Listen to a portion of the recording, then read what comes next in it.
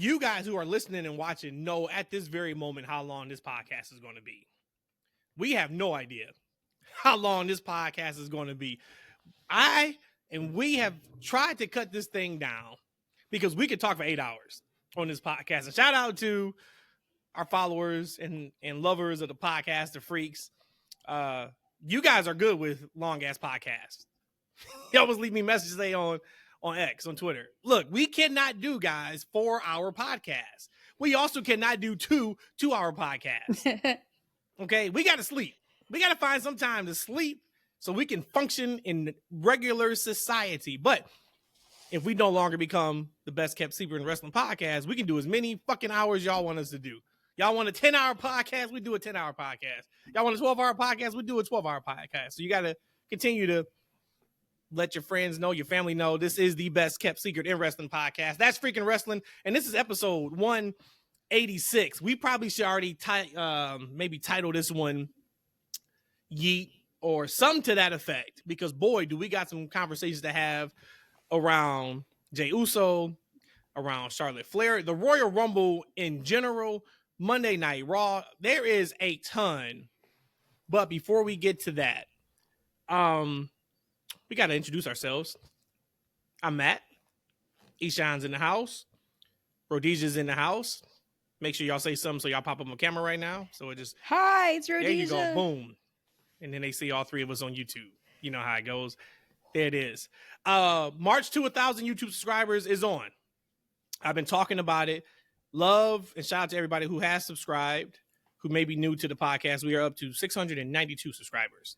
So I think that is like 14 since the last podcast. So shout out to you guys. We are continuing to grow. We just got to keep putting this content out. E sent a text message this morning. It must have been about 7:30, 8:30 my time. E said, I want to get to the shits. Matt, I'm sure we're going to talk about what you're going to talk about, but I want to get to the shits. And he's then led about Jey Uso. I have, let's start here first, and then we can get to the shits, however you want to get to it, E. I saw a lot of commentary and comments about this being the most shocking Royal Rumble finish in history. And it could be, possibly. But what I just want to start with is they got us. They got us. Because we've all been watching wrestling long enough to know this should have been the finish. Now, they've been jerking Jey around a long time. So that's why we didn't pinpoint Jey Uso. But if you look at what the Royal Rumble is supposed to be, what it typically is, there was nobody else but Jey Uso that should have won the Royal Rumble. Most over guy in the company right now that doesn't have a championship. That's clear, number one. Most over guy in the company that doesn't have a championship. That's clear, number two. And he just lost a big match. And he came out and said he's going to win the Royal Rumble. And he's a babyface. We, of course, who've been watching wrestling for 30 plus years and 40 plus years and 20 plus years, sat back and said, okay, but Jey Uso never wins a big one. Ain't no way in hell he's going to win the Royal Rumble. He just lost Saturday night's main event. Clean finish, 1, 2, 3 in the middle of the ring. Unnecessary finish. No way in hell. He gave a incredible Jey Uso impersonation last week and said, man, you ain't winning shit, Jey. And yet, Jey Uso won shit. He won the whole kit and caboodle. So my question to you guys, and then we can go around the horn and kind of just talk about Jey Uso. I just want to start there and just talk about Jey Uso. At what point did you guys know Jey Uso was going to win the Royal Rumble? What point on Saturday night?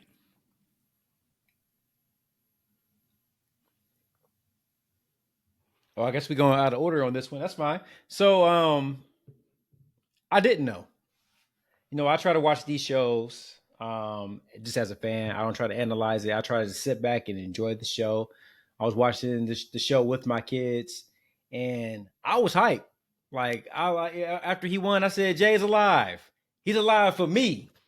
And I said in a text thread that he was dead to me. And not necessarily Cause I still like Jey. I just didn't like. I'm like, all right, WWE's trying their hardest to make this dude Dolph Ziggler, like just to continue to beat this man down to the ground to where I don't think he can win like the big matches. And I said on the last show, I'm like, man, look, all right, Jey, you know, you're not gonna win that Royal Rumble, and he won the Royal Rumble.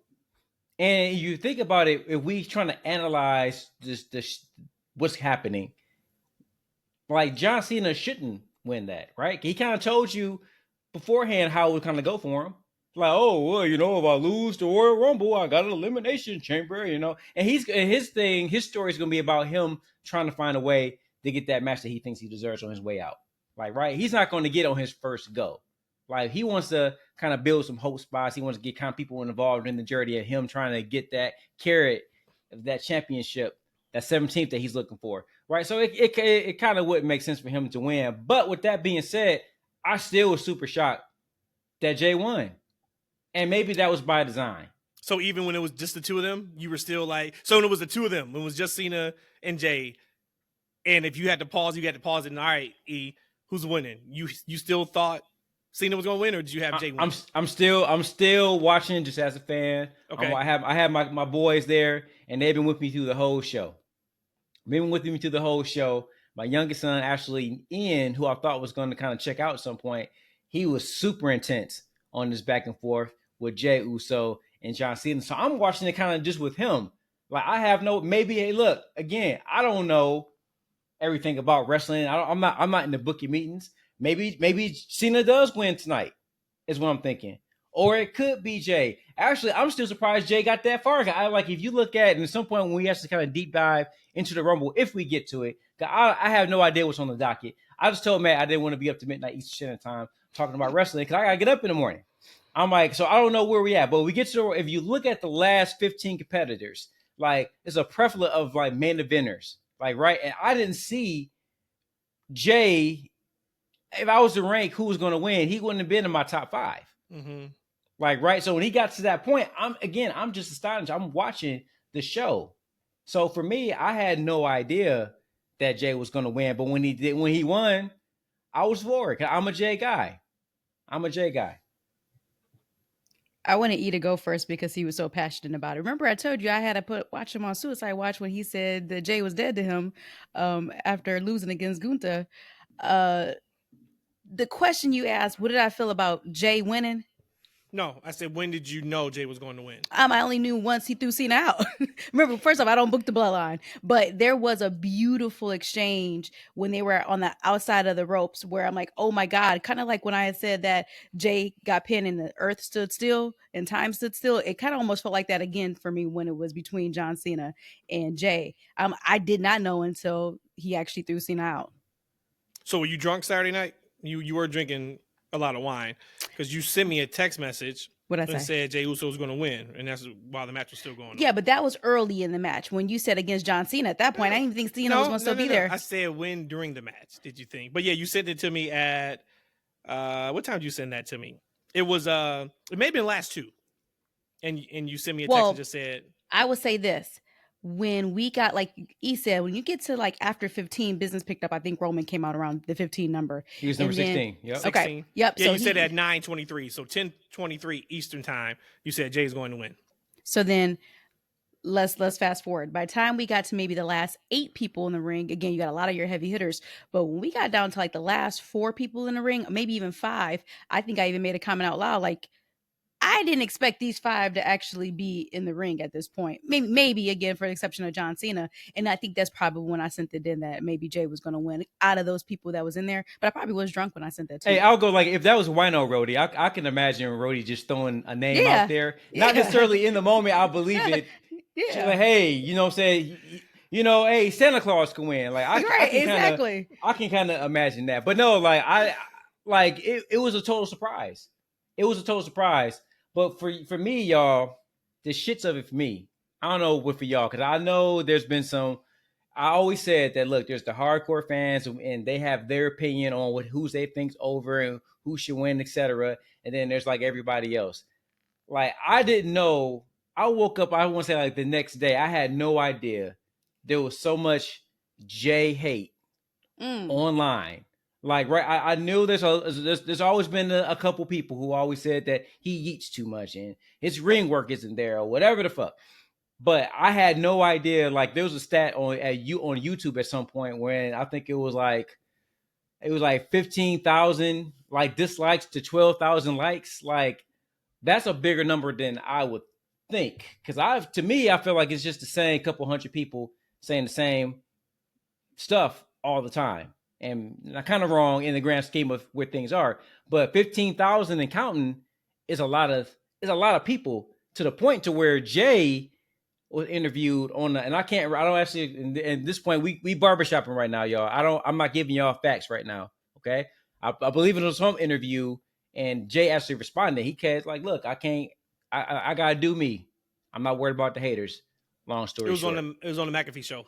McAfee? Okay. Yep. It was on Pat McAfee. Pat asked him about what do you think about the haters? And he was just like, they not with me on the road. You know, they don't see the work I put in. Like, he didn't say it, but he's been that guy.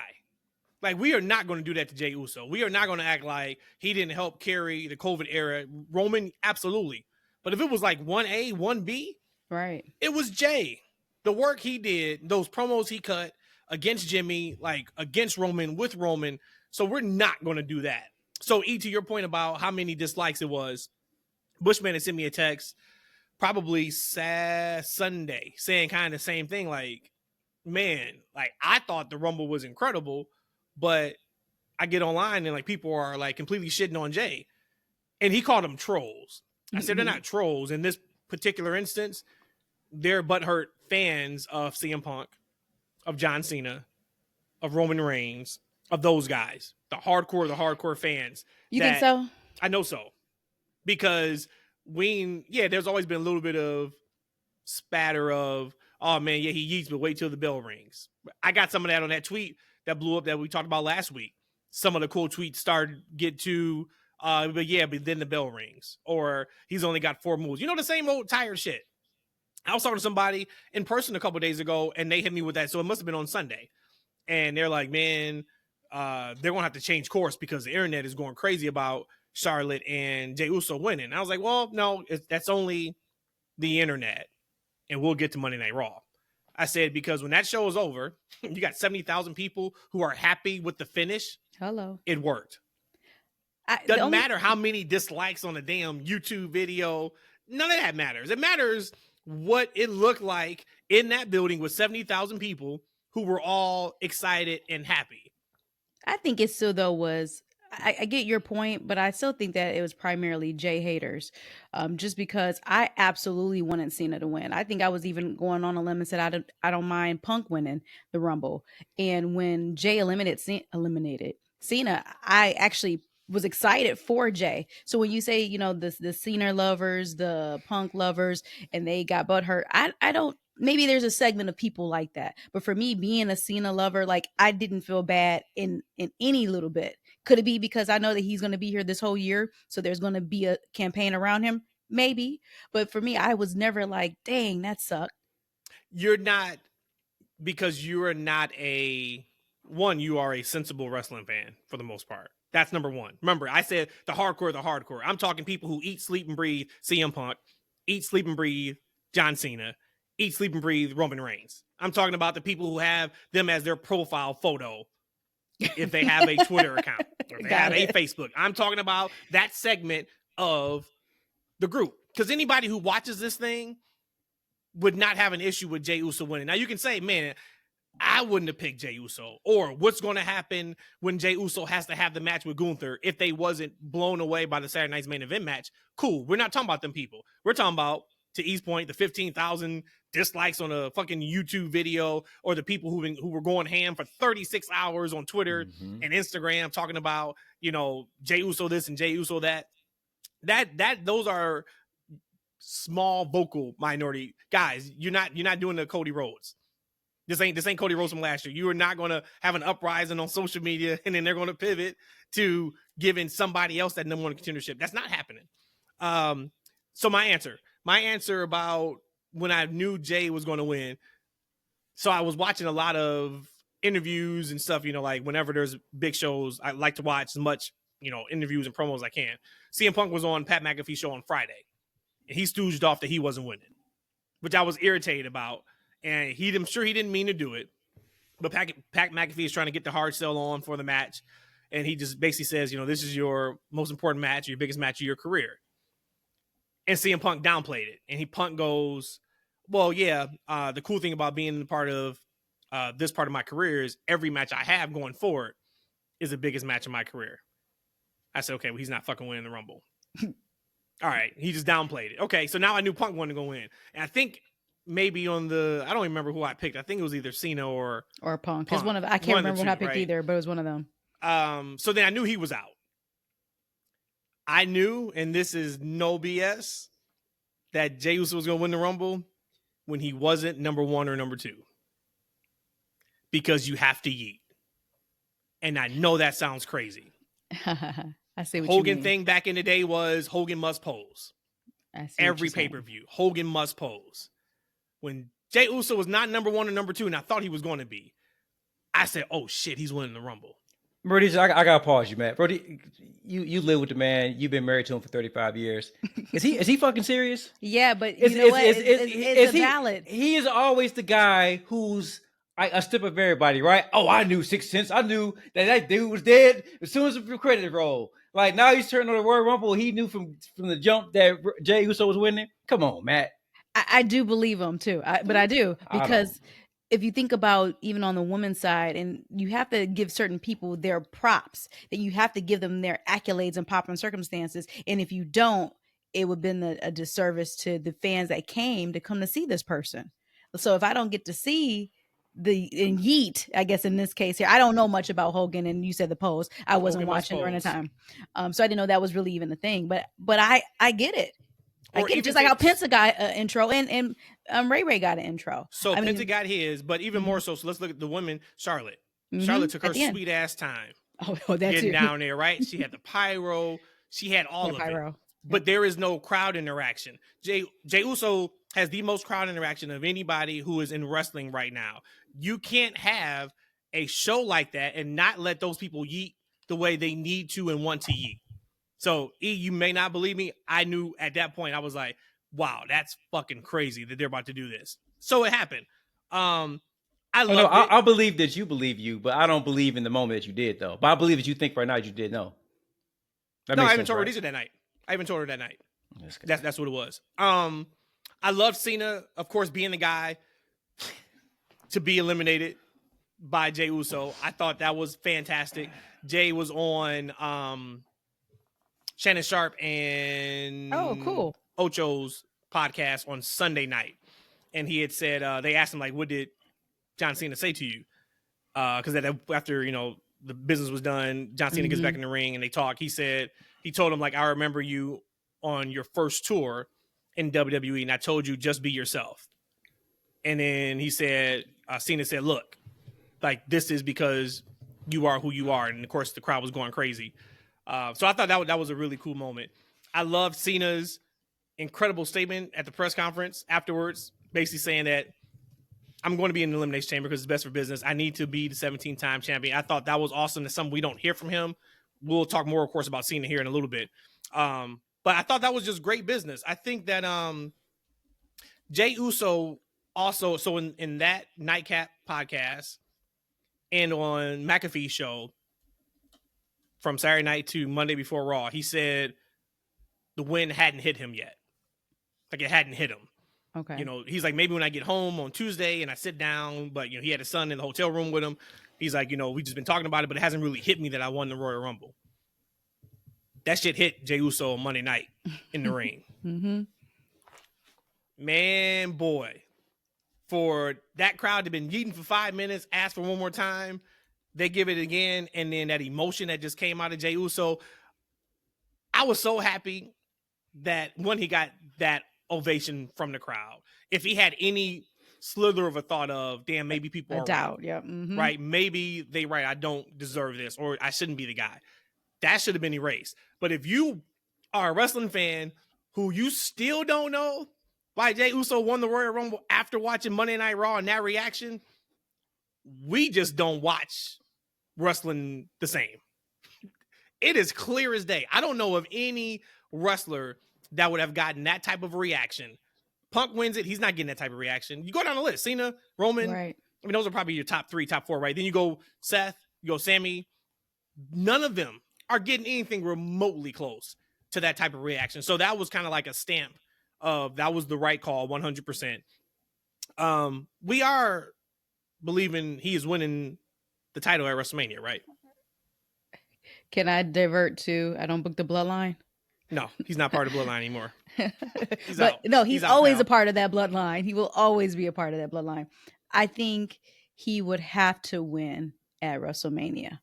Absolutely. Or I really would then be like, you know what? All those people was right at Royal Rumble, FJ Uso. He must win. I said he must win at Saturday night's main event, but he must win at WrestleMania. Absolutely must win. Because you said it like that. That reaction that he got on Raw was great for me to see. Because I'm like, okay, because I'm like, man, okay. I always said it's just a small hardcore minority that's rooting against Jey, but he has the pulse of the casual audience and the majority of the WWE fan base. And on Raw, he proved that. So, I'm great because for me, just to walk back on it, when I think about like why some people not be into, I think it's some of the things you said about, you know, like my I sent the team on the text thread. I sent them a video of my youngest son, Ian, watching Jey Uso celebrate after eliminating John Cena. And let me tell you that little boy was so upset. He was distraught. His eyes was teary eyed. You know, he was upset that John Cena did not win. So it was no yeeting in that house for those guys. They was upset that their guy got eliminated, right? I don't think that's necessarily for Jey. But I do want to go back. I feel like we give a lot of credit to Paul and what he's done with creative. But I think that what he's done to Gunther, Damian Priest on his title run, and I think to a lesser degree, because right now I guess it doesn't matter because he's still Jey Uso. I'm going to go ahead and say is the most over guy in that company. I guess it doesn't matter how he's booked him because at the end of the day, he's getting those kind of reactions. But I still think it's kind of clumsy the way they've booked him up until this far. I don't think they need to put him in so many big matches and have him lose. Now, that could be part of the story that we're going to see unfold at WrestleMania, right? Because last year, and even a year before that with Cody, before Cody and the Bloodline, we didn't necessarily have these stories leading into the actual main event that you can kind of sink your teeth into. That's why, if you're a Cody fan, you're along for that ride. That's why it was very fulfilling once he actually finished that story at the end, right? Because we were along for the journey. We knew his mission statement was he had a big bad guy in Roman Reigns to conquer, and when he did it, everybody was in joy around that, right? So what's the story for Jey Uso, right? Tag team guy. He wasn't supposed to be here. You know, actually, it adds more to the lore, right? He got hardcore fans against him saying he shouldn't be there. He shouldn't be doing it, right? He can't win the big matches. He always fails when he gets to the top. So now, once he gets to WrestleMania and he actually wins the championship, all the fans that are along for that ride and that journey and see the pitfalls of his career and the rise, it's going to be a similar emotional response that they're going to have, right? Because once he wins at WrestleMania, just imagine the Yeet Fest is going to go on in that building with the championship above his head or around his waist, right? They're trying to, I feel like WWE wants to replicate the emotional response that we had last year with Cody and the finishing story. I think maybe the story is Jey keeps getting to the top, but he keeps getting knocked down. He was unsure of himself. He was 100%. And the fans can ride with him as he gets to the point of celebration. So maybe the booking has been there for a reason with Jey Uso, and maybe it'll play off at WrestleMania. I know that you just mentioned all that about the booking with Jey, and I just still feel as if, and maybe I'll just blame it then on the execution. Like I still don't see why he had to lose at Saturday night's main event when clean when weren't even anticipating this title match. I think we all agree on that. Like maybe it was just terrible execution. Maybe they wanted to make sure that there was another time that Jey and Gunther had a match. He lost again clean, said clean, and then that way when he runs the Rumble and he goes to win at Mania, it's a bigger celebration. The underdog finally got it. But it was just maybe their execution on how it played out, because again, no one was like saying, let's have this match, let them go against Gunther. No one. It was like completely not even a thought that it would be a possibility. Like, how did we even get here? So I just think that maybe if I'm willing to listen and say, okay, y'all make sure he lost these amount of times just so when he finally wins, it's a big deal. That execution was terrible. And by it being so terrible, you didn't have to have it. Can I say this though? I think that might add to the story, right? Now Goofy said, "Man, look, I already done whooped your ass, took all your finishers, I ate it, yum yum yum, and you want more of this at WrestleMania?" And he's already said it, man. Look, I'm going to like, no, if I can veto you wrestling against me, you are beneath me, like, right? He's already starting to build that case of like, look, I've beat you countless times. What's going to make WrestleMania if a difference? That's a bigger story to tell. It kind of reminds me of like, and shouts out to not to name drop, but like this is a guy I'm happy for. Rips. He owns the PWM, or he's the majority owner on the modding team, and he supports the podcast. Appreciate you, brother. But I know for the past couple of years, he's going through a lot personally, right? And he's kind of put that stuff out on X, right? So it's no secret. He's had a problem. He got divorced, a bitter breakup. He just was kind of down at some point. I'm not going to speak for him, but this seemed like a little bit of depression in some of the texts that he would send out. And I always reached out to him a couple of times in personal DMs just to say, hey, brother, I know we don't know each other like that, but if is anything I could do for you, you want to, here's my number, give me a call. I'm here for you, right? And just to see like a couple of weeks ago that he announced that his new love of his life, they're having a baby. Oh, wow. And this woman he's having a baby with, has uplifted him, have supported him. And now he's bringing love into the world, right? He can't be happier. So for me, being part of his journey through his ups and downs, right? I'm super excited for this guy. Like, hey, you're happy. I'm glad for you, right? Because I've been part of this journey from day one. I've seen you at your lowest point. Now you're at your highest point, right? Maybe we're going to get a similar experience with they're trying to recreate a similar experience with Jey. We saw him at Saturday's Night Main Event at his lowest point. Like, right? You done gave the man 3 spears, super kick after super kick after super kick, the splash, and that wasn't enough. He actually ate it, bounced back up, power slams you like you want nothing, pinned you 1, 2, 3, looked at you like a sucker, and then walked off. And actually, I told you that you wasn't the guy, and people like you don't win championships, and I proved it to you at Saturday night. Get away from me. Now Jey Uso has a chance to right that wrong in front of the biggest crowd that WWE's going to have all year. Maybe that's the story. It can be. I mean, it will be. Right? It will be the story. I still think it's unnecessary. And that's why I always use the word unnecessary. I didn't say it was wrong. I didn't say it was stupid. I said it was unnecessary. Because you didn't have to. There still should have been something at the end of that match to make me think Jey Uso has a chance of beating Gunther. And that match took place in January, and WrestleMania is in April. I hope to God we are not sitting here on the Go Home show of Monday Night Raw the week before WrestleMania talking about still Saturday night's main event that happened in January. Then that build has been an utter failure if we are. So I still think it was unnecessary. But what you're talking about, E, is emotional investment. Jey Uso has more emotional investment than any other wrestler right now currently on the roster. And that's because of the reactions that we've seen with him and for him. So shout out to him. Let's pivot really quick to the opposite. Charlotte. The queen. Got a hell of a reaction on Saturday. Hell of a reaction when she came out. Hell of a reaction when she won. Put the heart up to the crowd. So that showed me, okay, she's a babyface. Try, at least try. Right? She's a babyface. And I had said on last week's pod, maybe the reason why they announced her entry in the Rumble and it wasn't a surprise, because if she wins it it'd make it easier for the fans to digest because they knew she was in it for a couple weeks, et cetera, et cetera. So they went that road. Cleveland wasn't on board. Now, there are a lot of people who took it a little too far, in my opinion, online. You know, how could you? This is heartbreaking. How could you boo? Get the hell out of here with that. Like, they didn't say they wished this woman death or anything like. They booed her. She's fine. She can figure it out. What I want to ask you guys is, this could not have been what WWE planned.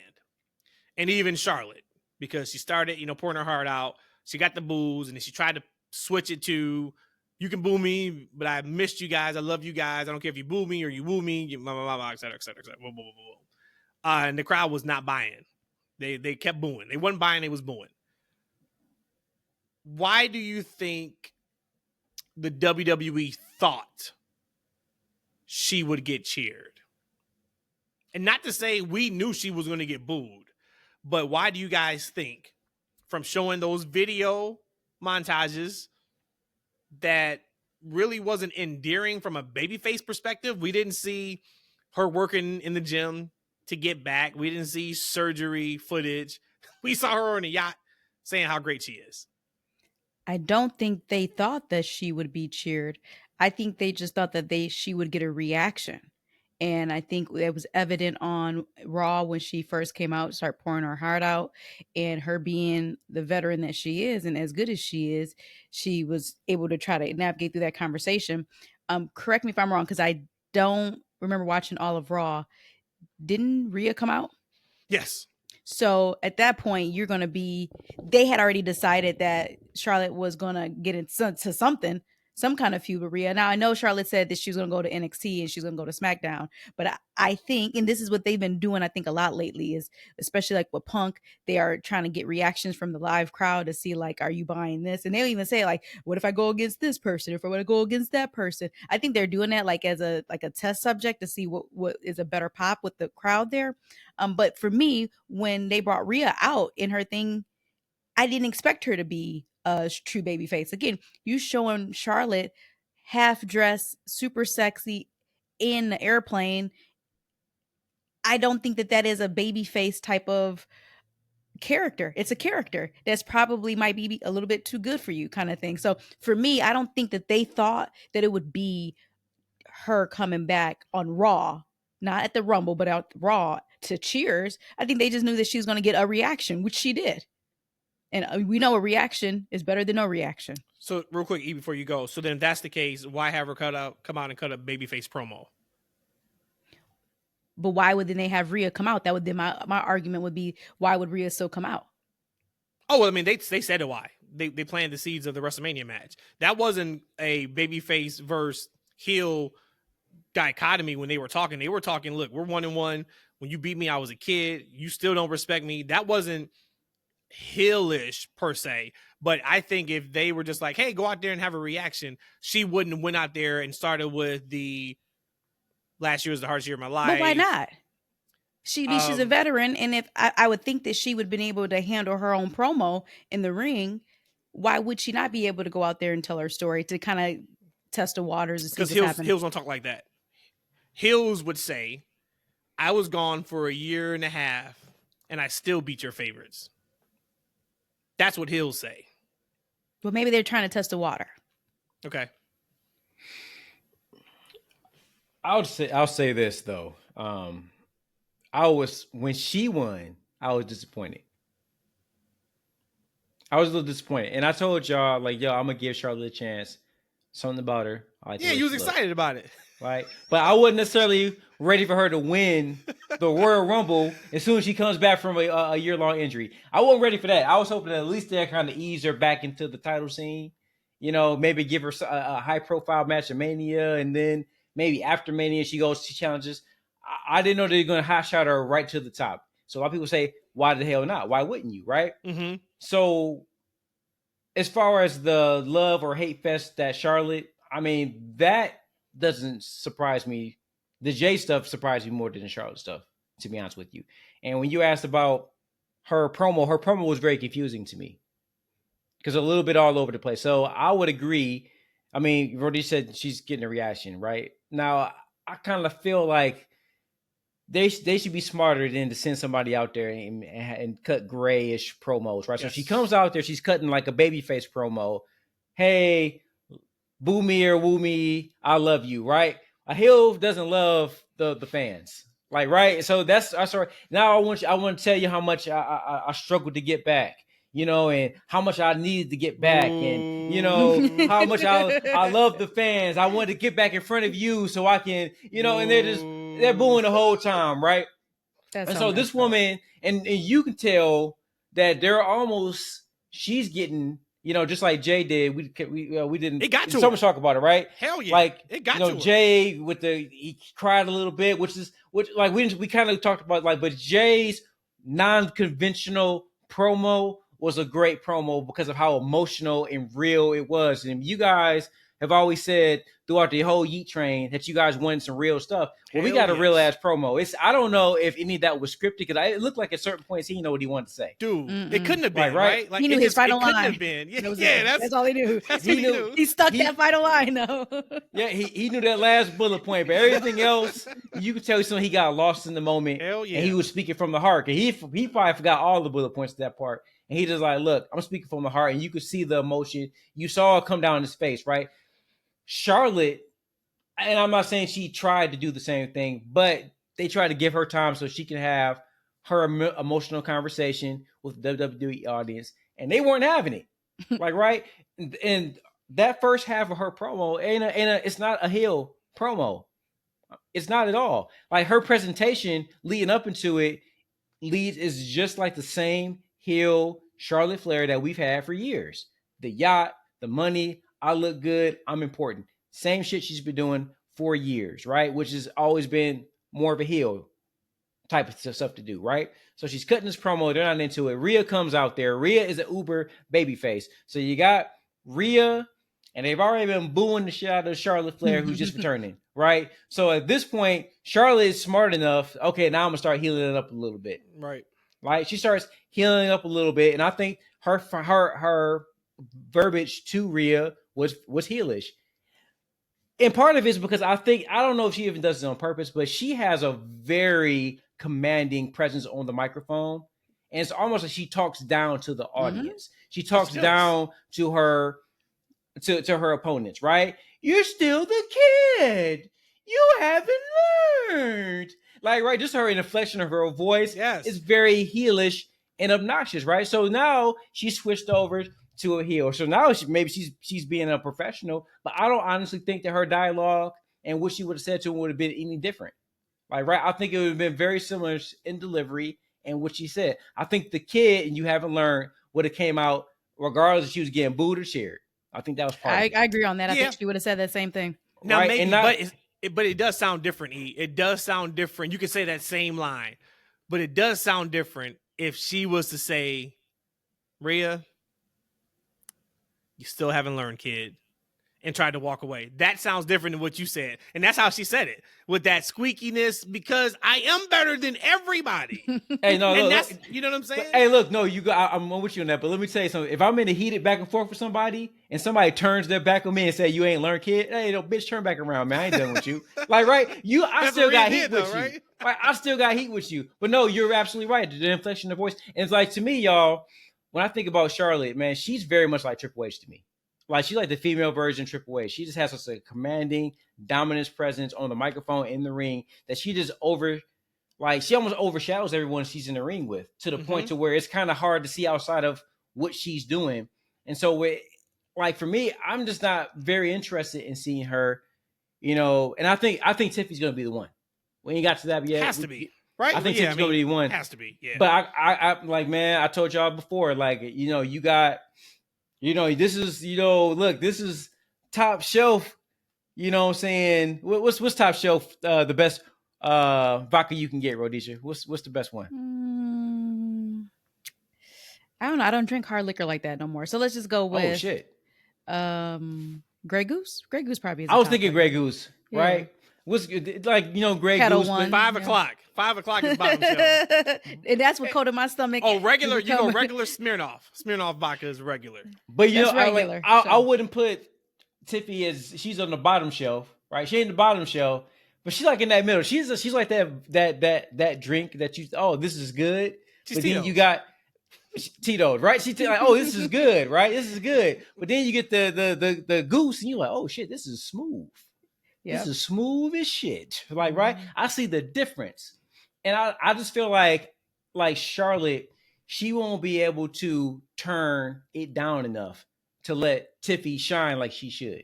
Now you see, now we talking. Now you talking. Okay, but you talk. Now I don't you know talking. if she. This is about to sound really messed up because I can't talk on Say one it. side of my neck No, and say say that it. she is Say this it. veteran queen. Say it. She's trans. She was the first to kind of transcend women's wrestling into just wrestling. Does she have the skills to do that?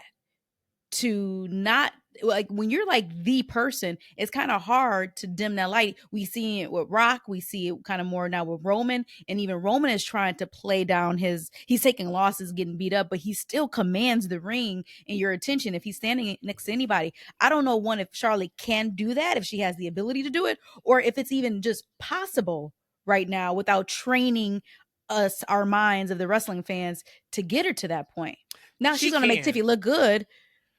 No, I think she can because she's done it. She's done it her whole career. She puts everybody over at some point. She does. But you are absolutely right about that commanding. When Roman came down in that Rumble and when Charlotte came down in that Rumble, shit was different for both of them, right? It was a different feel. When they got in that ring, you just knew, like, oh, if you never watched wrestling before, you'd be like, oh, those two people are somebody. They're somebody. I am so excited to see what the future looks like leading up to WrestleMania. Of course, we think it's Tiffany and Charlotte. So it's going to be fun to see her in NXT. Well, I'll watch it, after we get through recording tonight. Watch it on SmackDown.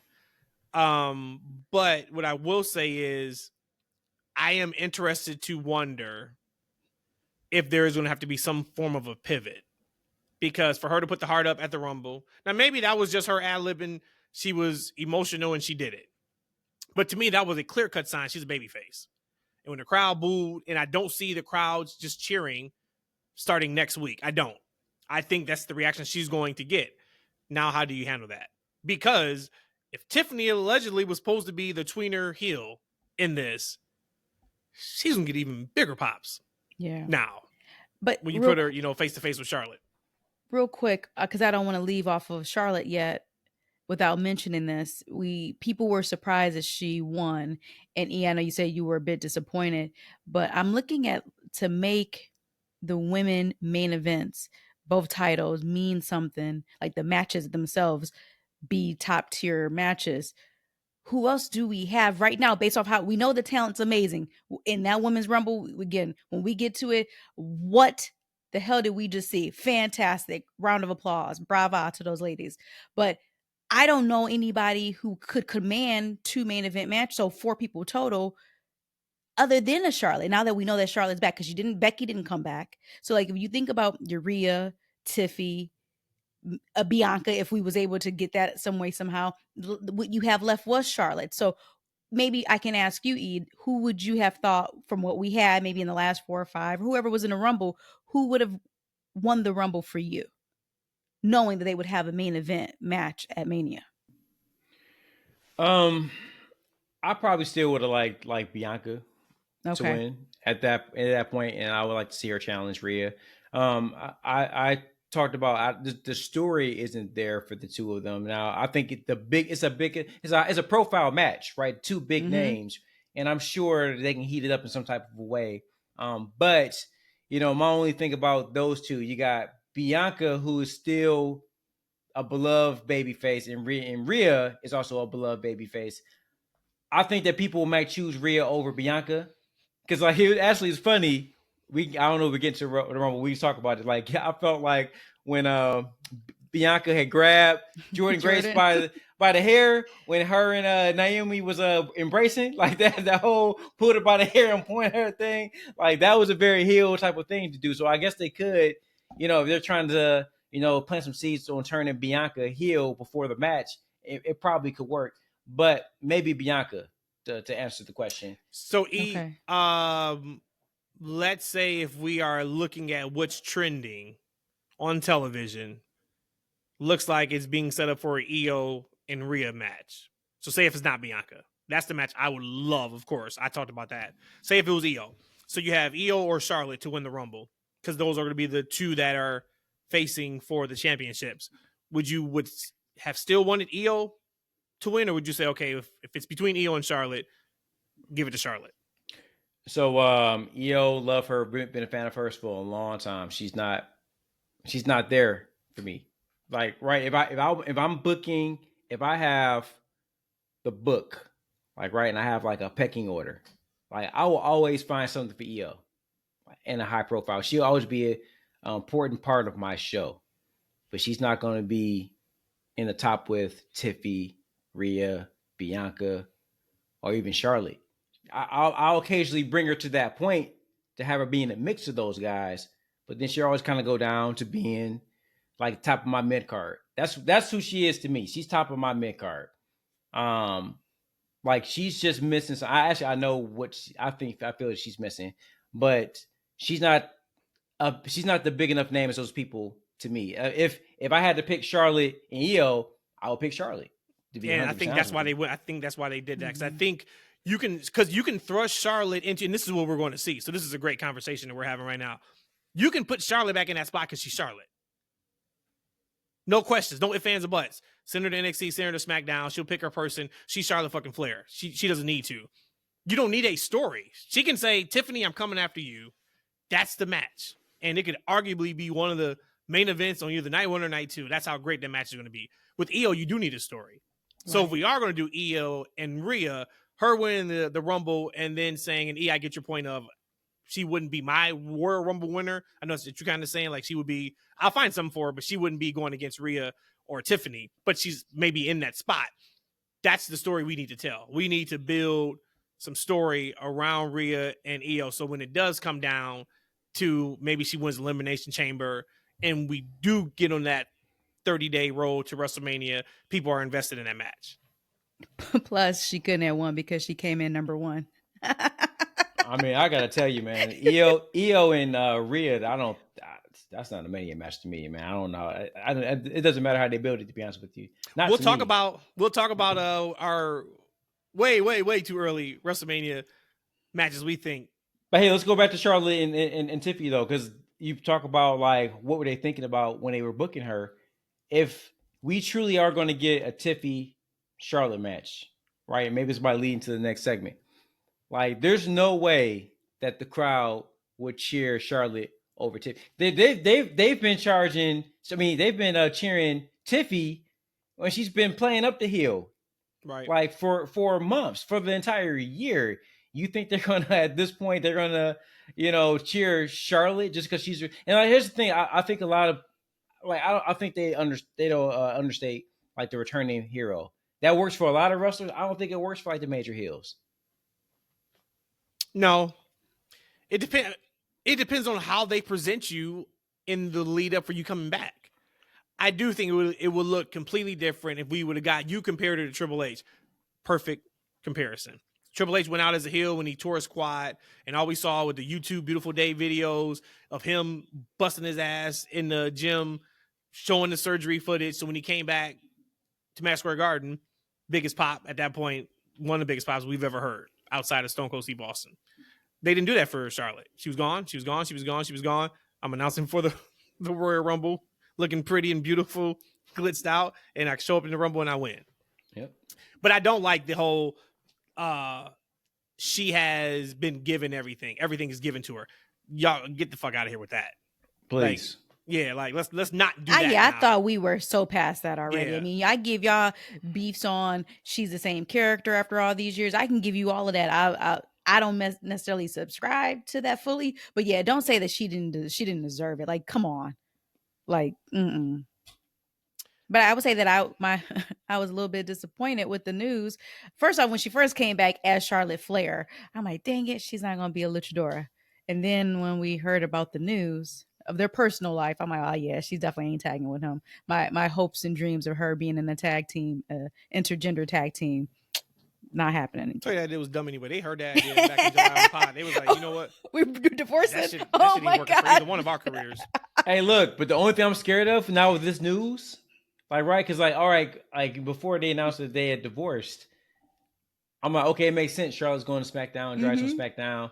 I got my girl Selena now on SmackDown. Okay, do they trade Andrade back to Raw to keep her away from Charlotte? And I don't get my team back together. I'm gonna say that's not a worry because, and of course, I hate getting into personal business like this, but they said they've been divorced since July. Yeah. So if that was the case, they could have done. Yeah, something they with filed the in portal. June. Yeah. So and transfer portal's done. So finally, Oh, yeah, it is. When is Wait, it time start? out. It's just like 2 months ago. Yeah, wait, stop. It started like in December because I think we talked about how long it was going to be open. When did they say it was officially done? They just said Monday. that like on Raw? I Okay. think last night. Okay, got it. It's officially done. It was like, okay, we think we have all of our WrestleMania matches set up. Portal's done. We got everybody where we need. We put everybody in these places. Hey, and I love how Adam Pearce announced that AJ Styles is part of Raw. He sound like the Lakers signing Luka Doncic. We just signed AJ Styles. I was like, okay. He put it over. That's what He you're supposed to did. do. He put it over, man. Do you guys want to talk about? And of course, we got to kind of not speed through, but I thought the Rumble matches were incredible. So I could talk for hours about what I liked. We don't have time for that. You guys want to hit on the Rumble matches, on anything that you really want to talk about, or do you want to hit on KO and Cody? I would say let's go to the Women's Rumble real quick, just because that was something for me that you tell me all the time, F your notes. Actually, you say fuck your notes. But when it comes down to stuff like this, just knowing like who came in 1, 2, 3, I always want to be like uptight and follow along through the Rumble, write my notes. Whenever a match is over and I wrote nothing down, that's actually a great thing. That tells me that I was drunk. No, I hadn't started yet. Thanks a lot. She was lit, E. But look, don't let her come not on in the here and women's act match. like- Not on the women's match.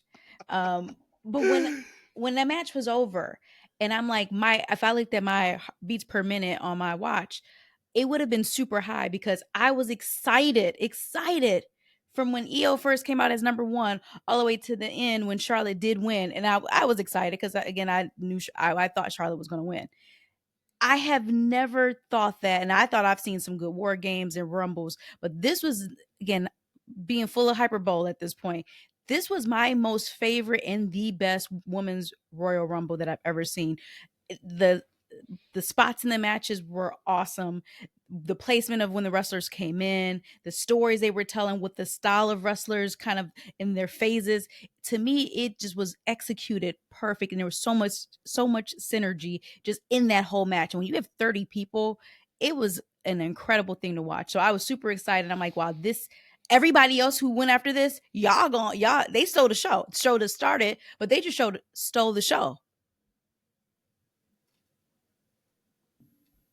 Yeah, I mean, it definitely was a very entertaining women's rumble. I don't know if it was my most favorite, but it was really good. I mean, it was very enjoyable. At this point, I don't remember it. I don't remember at this point, but I do remember being thoroughly entertained with that women's match. I mean, from top to bottom, not a lot of surprises.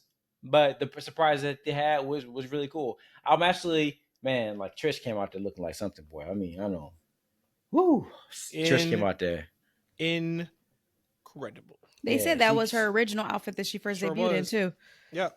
She wore it too, man. She wore like no other, man. She came out there looking good. And I actually was happy that she came out to a nice reaction. Mm-hmm. Because like, you know, her last run. When she left, it was like, all right, bye. See you, sayonara. And she don't deserve that, right? She is a true legend. She's a trailblazer for that company. So I'm glad that she got the reaction that she deserves. So I mean, talked about like for me, like I thoroughly enjoyed the entire Women's Rumble. The only thing I disliked was Charlotte Flair winning. Was the finish? And that's not because of Charlotte. I would have rather them slowly like for me. Now I want to be the dead horse, but I would like to see a new version of Charlotte, kind of like what we got Randy Orton. I think Randy Orton and Charlotte are kind of similar. They've been around. They do kind of the same shit, no matter who they're feuding with. But like this latest version of Randy Orton, I'm happy to be here. Like I'm grateful to be here. Like his different attitude, it brings like it's such a fresh take on who he's been for so long. And I would love to see that in Charlotte because I think she kind of expressed that a little bit. Like, yo, I didn't know where I was going to be, and I worked hard to get do there. it. They shit on her, right? She But tried. The presentation that they gave her, like, look, if you go and present her the way they present her, like, which is the same way they've always presented her, Mhm. and then as soon as she comes back, right? And it's not like she came out, she was number one and fought to 30. Like she came in at a relatively high number, like right, and then she ended up winning the whole thing. So it kind of goes back into 23, that, I think, or something like that. Yeah. Yeah. 23, right? So it kind of Mhm. feeds into, oh, she's handled everything, right? She's handled a nice spot in the Rumble. As soon as she comes back, she gets her spot. She gets her spot back, winning the Rumble, and now she's guaranteed to go to Mania and be in, potentially in the main event, right? I would have rather them see their kind of ease her into a different version of Charlotte, maybe that she wanted to be. A But luchadora. we'll see. But just to go back to it, I thought it was really good. I told Matt as soon as the match was over, I was like, of course we have KO and Cody and the men's Rumble. But if by some chance something happened where that was it, I would have been good. I thought that match was that good. It just, the way they put it together, and that's why I said, like, if we wanted to legit, this podcast would be 3.5 hours, 3.5 to 4 hours. That much stuff happened that I wanted to highlight. We don't have time. Chelsea Green is beyond anything that your favorite could ever do. She can be plugged into any. She is the perfect wrestler. Yes. She can be. If you said today, hey, Chelsea, Tiffany got popped for a wellness violation, we're putting the main title on you tonight, it would work. If you say, hey, Chelsea, we just need you to do comedy for the next 4 months, it would work. Whatever you need her to do, she can do. And she's another one that she just, everything she does is perfect. I loved her. You already mentioned Trish. Jordan Grace didn't get as much shine as I thought she would, but it was good to see her. They announced today that she signed a 5-year deal with WWE and she's starting in NXT. And we talked about it, like she should go right to main roster. But that was a surprise. Sure but Matt, real quick though, yeah. Chelsea, man, like and I know that she's from there, right? I think she's from Ohio. No, she's from Canada. Canada. That's Don't you right. think Fuck, you're right. She's from Canada, so that's even more so. Yep. Like they cheered her the entire time. Like right when the baby faces ganged up on her, they booed all the baby faces. Yeah. Like they were cheering. Like, is Chelsea almost too entertaining to continue to be heel? No, because she is the heel that is funny. Right? So you're not going to run into an issue with like MJF where, hey, they're so popular, they need to turn them babyface because they're so much of an ass that we love them. She is everything because she's so entertaining from a comical perspective. I think you can still keep her in that role because you just got to be smart of who you put her against, though. And that's the other part that I was so impressed with. Like, even the eliminations, the people who eliminated the over people were the people that wouldn't get heat for doing the eliminations. Like, they just really thought through. It's a perfect match. Everything. And even it was the same with the men's. We could talk about the men's too here in a little bit. But it was the same. Like, the NXT WWE spot. I thought that was awesome. You brought up with Bianca, where she pulls Jordan Grace off of Naomi, which she should have. Right? Like, what are you doing? Like, no, we don't rock with her like that. Like, everything. I just thought that it was not any. What it was for me, it was no wasted motion. It wasn't that person who was in the match where you're like, okay, why is this person in it? Or, all right, well, we know this person isn't going to last long. Maxine was in that match less than 90 seconds, if I'm not mistaken. 2 minutes. You talk about maximizing her seconds. We talk a lot about maximizing minutes. She maximized her seconds. She looked good, too. She looked fantastic. Oh, I popped for her when she came out. Looked fantastic. It's stuff like that. Their roster is so damn deep. I tweeted after the match. I said that match was incredible, and it is not a talent thing of why that division is not where it needs to be. It's creative, it's storytelling, and it's characters. Get those women set properly up, because if that match blew us away the way it did, you take out the finish. I don't know how anybody, if you take out the finish, and I know the finish is the finish. That's like saying if it's a horrible movie because the ending was bad, you say take out the ending, and you can't do that. I get that part. But if you take out your particular feelings about Charlotte winning, I don't know anybody who could look at that match and say that was not a good match. I mean, I said to y'all, and I don't even smoke cigarettes. Like, I feel like I needed a cigarette after that match. Like, it's so much so that I didn't even come back to watching the pay-per-view until the third fall of the tag match, because I had to come down from such a high that I had, and I had to use the bathroom too. But it was like, oh my God, what did I just see? It was so much that they gave me in an exciting way that I couldn't even process it to go and watch the next match immediately. I had to like step away, warm up some food, use the bathroom, and then come back. And again, like I said, it was in the third fall of the tag match. But that's when I just knew, I was like, that was greatness that I saw. They paid attention to the detail and took their time with making sure they told a great story for the women. 10 out of 10 women's match. And I would also give the men's 10 out of 10 also. That's another one. So many different moments in there. And I had said on last pod, give me stories. I said I was going to try to like kind of calm my expectations down a little bit, because I feel like they could have gave us a ton of stories in that match to set up future matches, and they did. I'll be damned. I did not expect CM Punk, Roman Reigns, and Seth Rollins to have a thing. Now we can talk about if that is I hate Triple H match that should be. We can Hate talk about that in a little Triple bit, H. but I thought that was great. Shout out to Speed getting speared by Braun Breaker. Oh my God. One of his lives are gone. If he's My like a cat, he's lost life God. on that one. Yep. That was absolutely, got to make it real. Protect the business, man. Yeah. And he's up for it. So shout out to him. Like, I'm not familiar with him. Of course, he is not my demographic. Matt knows about him. I know they said it 300 million views on him getting speared by Braun Breaker. But for him to put his body on the line like that, it was no give in that. Braun hit him as hard as he could for the most part. Still protected him. Still hit him where he needed to hit him, so he wasn't going to break his bones or anything. But he didn't let up at all. That whiplash probably gave him CTE though, man. God bless, man. that whiplash probably God got bless. him CTE. Speaking of spears, him spearing Roman, I thought was an incredible moment for him. Yes. And Roman took it and sold it like he should have. It was same thing. Same thing in that match. I love that they gave Penta and Ray, whatever it was, 5 minutes, 6 minutes at the beginning for them just to work.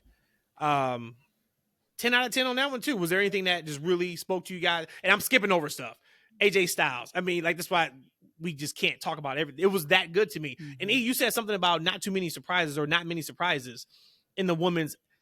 I would say there was, man. Like, outside of Jade and outside of Becky, we had Alexa Bliss, and what a pop that was. Yeah.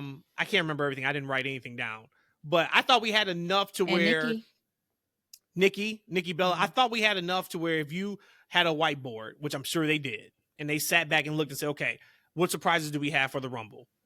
It probably was 4 or 5 for the women's, 4 or 5 for the men. I think you looked at that board and said, all right, we good. Because we still got to do TV for the next 3 months. So we know Becky's coming, but she's not going to win it. Let's not put her in it. We got some other people coming. They're not going to win. Let's not put them in it. I thought they did a good job. I was surprised with the NXT talent they decided to bring in, though. Jada Parker, I think was like a vote of confidence. She didn't do much. Hell of a look, though. And Lash Legend. She got some aura. Shit. Lash Legend.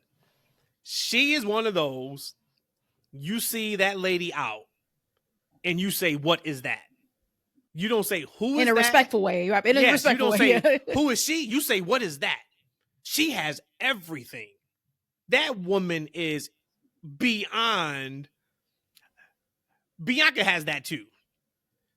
Lash may even take it to another level of you see that woman, no matter how she's dressed, no matter where she is, when you look at her and you say, what is that? Like, what do you do? Who are you? You are somebody who is whatever field you're in, you got to be the best in it. So I was very happy for her. Surprised that her tag team partner wasn't in it though. I was really surprised by that. But yeah, I mean, just I thought it was great. So I'm sorry. Back to the men's rumble.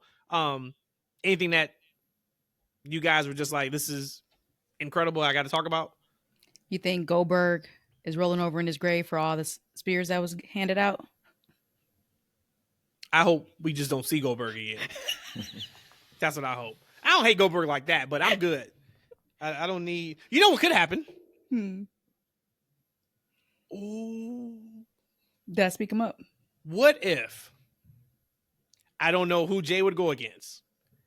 What if Gunther says, "This is not." Oh, okay. All right. I'm cooking. This is not WrestleMania caliber. I am not wasting my time with you in WrestleMania. Adam Pearce says, "Okay, then we go do this match before WrestleMania for the title." For some reason, Jey signs up for it, which he shouldn't because this is his WrestleMania main event. Jey beats him due to Goldberg interference. We get Goldberg and Gunther at WrestleMania. I don't know who Jey would work, but if Goldberg wants his retirement match, and last time we saw Gunther was the one that I wouldn't want to do that, but that could be something that stay tuned on that. But yeah, men's rumble. What else? So you said a lot of spears. What else? I just would say that what got me was, and I don't remember who, but when it came out to the last 5 men in that ring, the combination of the 5 men. Of course, we talked about Jey and we talked about Cena already, but the combination of the last 5 men in the ring again, and I don't fully remember. I told you in that moment, like on my bingo card, I would not have saw this combination of 5 men at the end of Rumble. I remember that standing out to me. You know, back to the women's Rumble, I actually forgot about Nikki.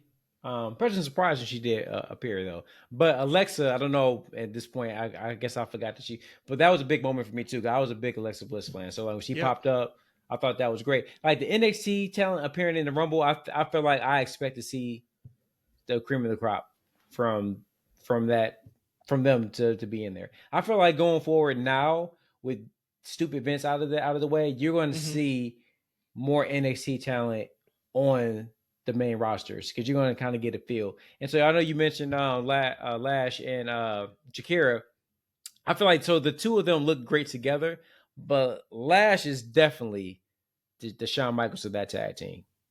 Like, right? She's had, and you said, what is that? If we were together, I was like, Matt, that's a beautiful black woman right there. That's exactly who that is right there. Oh my God. But let's talk about this men's Rumble. So great. Real quick. And Roxanne, we got to shout Roxanne out. Well, I have to shout Roxanne out. I thought they put her in an awesome spot to be good, and she was great. She holds the record now. Yeah, which, I mean, of course, that's made to happen, but she belonged. She was in the ring at one point, and I said to Rhodesia and Little Matt, I said, she doesn't look out of place at all. And for that to be the case right now, and she's in the ring with Bianca Belair, she's in the ring with Charlotte Flair, she's in the ring with the heavy hitters, I was like, awesome stuff, Roxanne. Sorry. I know. Yeah, I know a lot, man. To me, the thing about Roxanne, it's not about if, it's like when. Like she's been good almost from day one. She's a true prodigy. That's a shoot. Like she's picked up on the sport like no other very, very quickly. I know a lot of people are high on her, but I honestly expect nothing less from her, to be honest with you. It's just about when she actually makes the roster, how far from a character perspective would she be able to? 'Cause I feel like that's the only part that she has to kind of work on. Can she go in the ring and does she have presence? That's undeniable. But so I feel the sky's the limit for her though. But on the men's Rumble though, I just want to run through that top 15 real quick. There's some people you can pull out of this list, but I just love the state of wrestling that we're in right now in this Royal Rumble because, again, we talk about a lot on this show. 3 of us went to that Royal Rumble, my first Royal Rumble ever, a couple years ago, and how we sat on our hands for almost that entire men's Rumble match. I was asleep, though. I didn't know you were asleep. Worst Rumble in history, probably. I would say maybe that was the worst Rumble in history, for sure.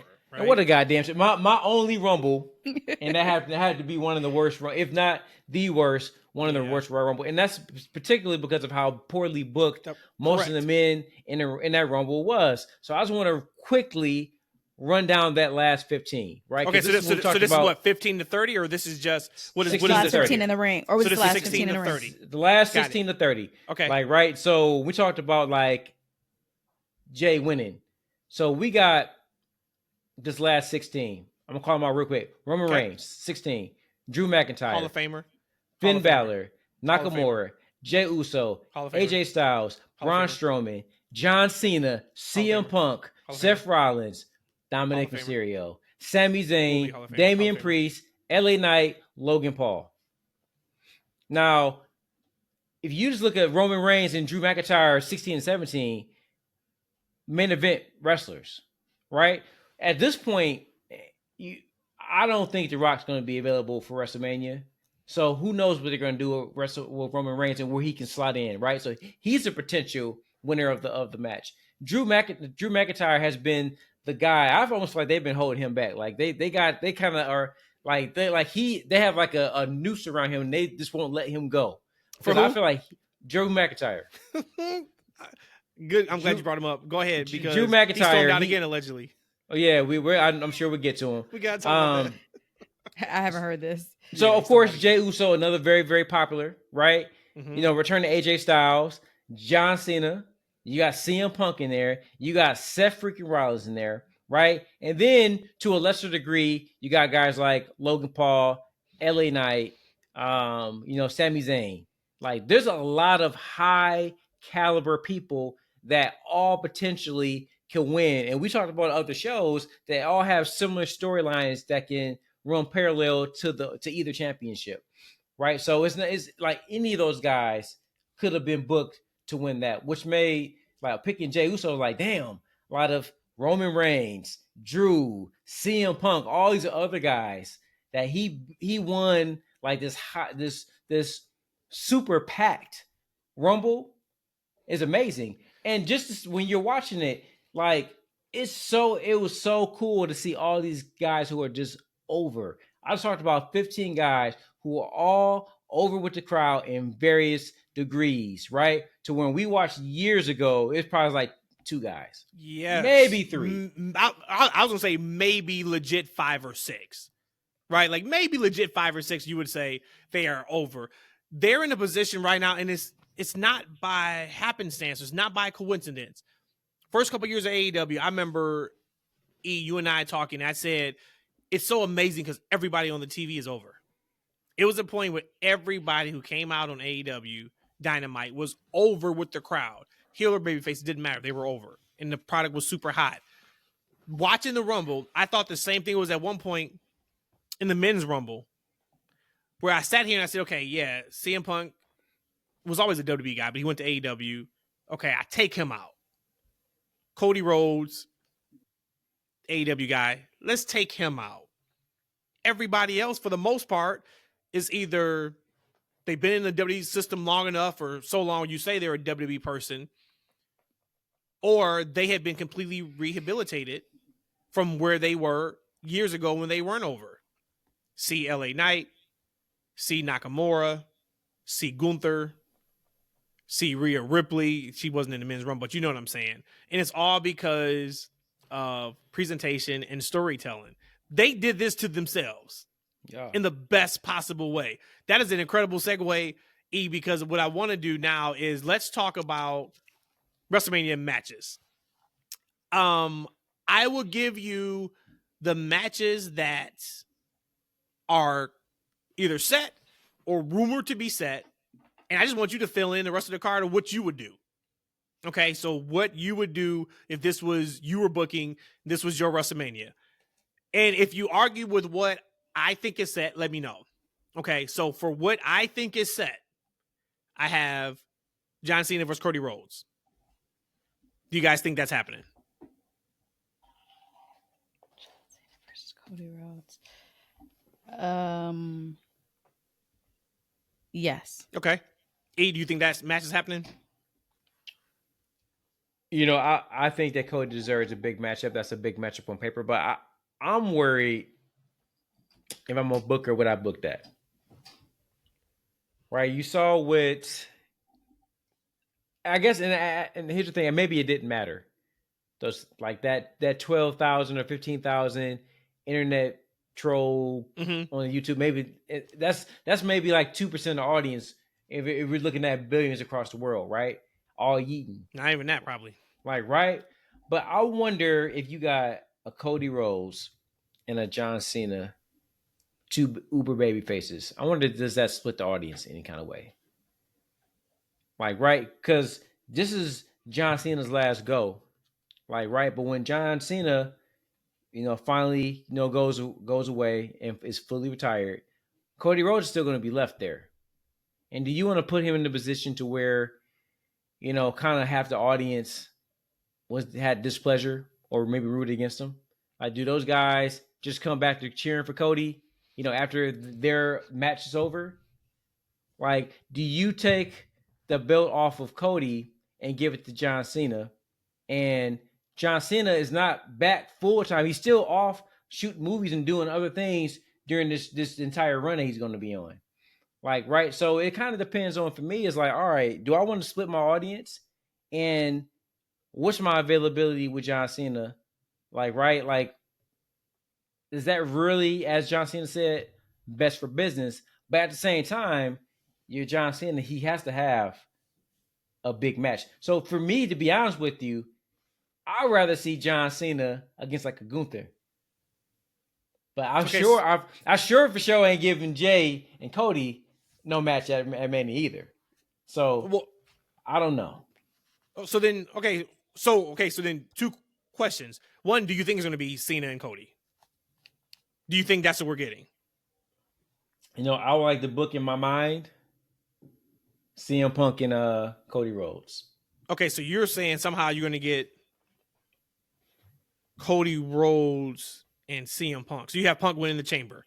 So then how you getting to Gunther and Cena? No. Cena didn't win the Rumble. He didn't win a Rumble. He don't win elimination. And you ain't got him winning the Chamber either. So what the hell are you doing with Jey? Cena gonna pull his trump card again and say, "Listen, I'm in the main event of Mania. I ain't win the Elimination Chamber or the Royal Rumble. Well, according to E, this is a triple threat match, or he pulling The Rock from last year. He just gonna kick Jey to the side and take his imaginary money in a briefcase. Nope, Jey is my story of Mania. He is my feel good story of Mania. When I'm signing off WrestleMania, I want the entire stadium yeeting and waving. Against who, though? Forth. You got to win a women's title? Gunther. No, you just said you want Gunther and Cena. No. Cody Rhodes, CM Punk. Gunther, Jey Uso. Oh. What the hell, Cena?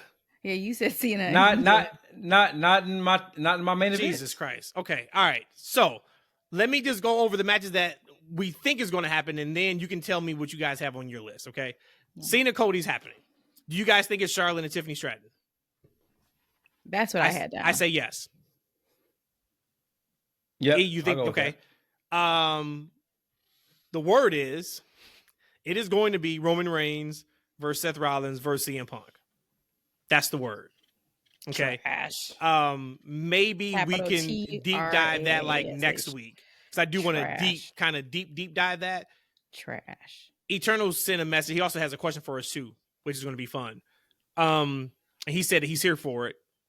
He said he feels like some people feel like it's lazy, but he doesn't. He thinks that can lead to Punk and Roman at SummerSlam, which I could see that. They're in the stadium, 2 nights, MetLife. I just hate that because I feel like Roman and Punk are too big to be in a triple threat match. They should be in separate singles matches. That's why I don't like it. But if that's what we're doing, so that's what allegedly what we're getting. We know we're getting Jey versus Gunther as of right now. That's where like the guaranteed matches are kind of at. I have down here Kevin Owens versus Sami Zayn.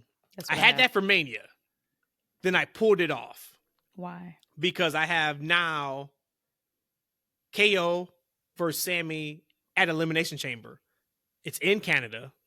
Ooh. in the stadium. How perfect is that? More so than that, though, I put it off because we got to get Orton and KO at WrestleMania.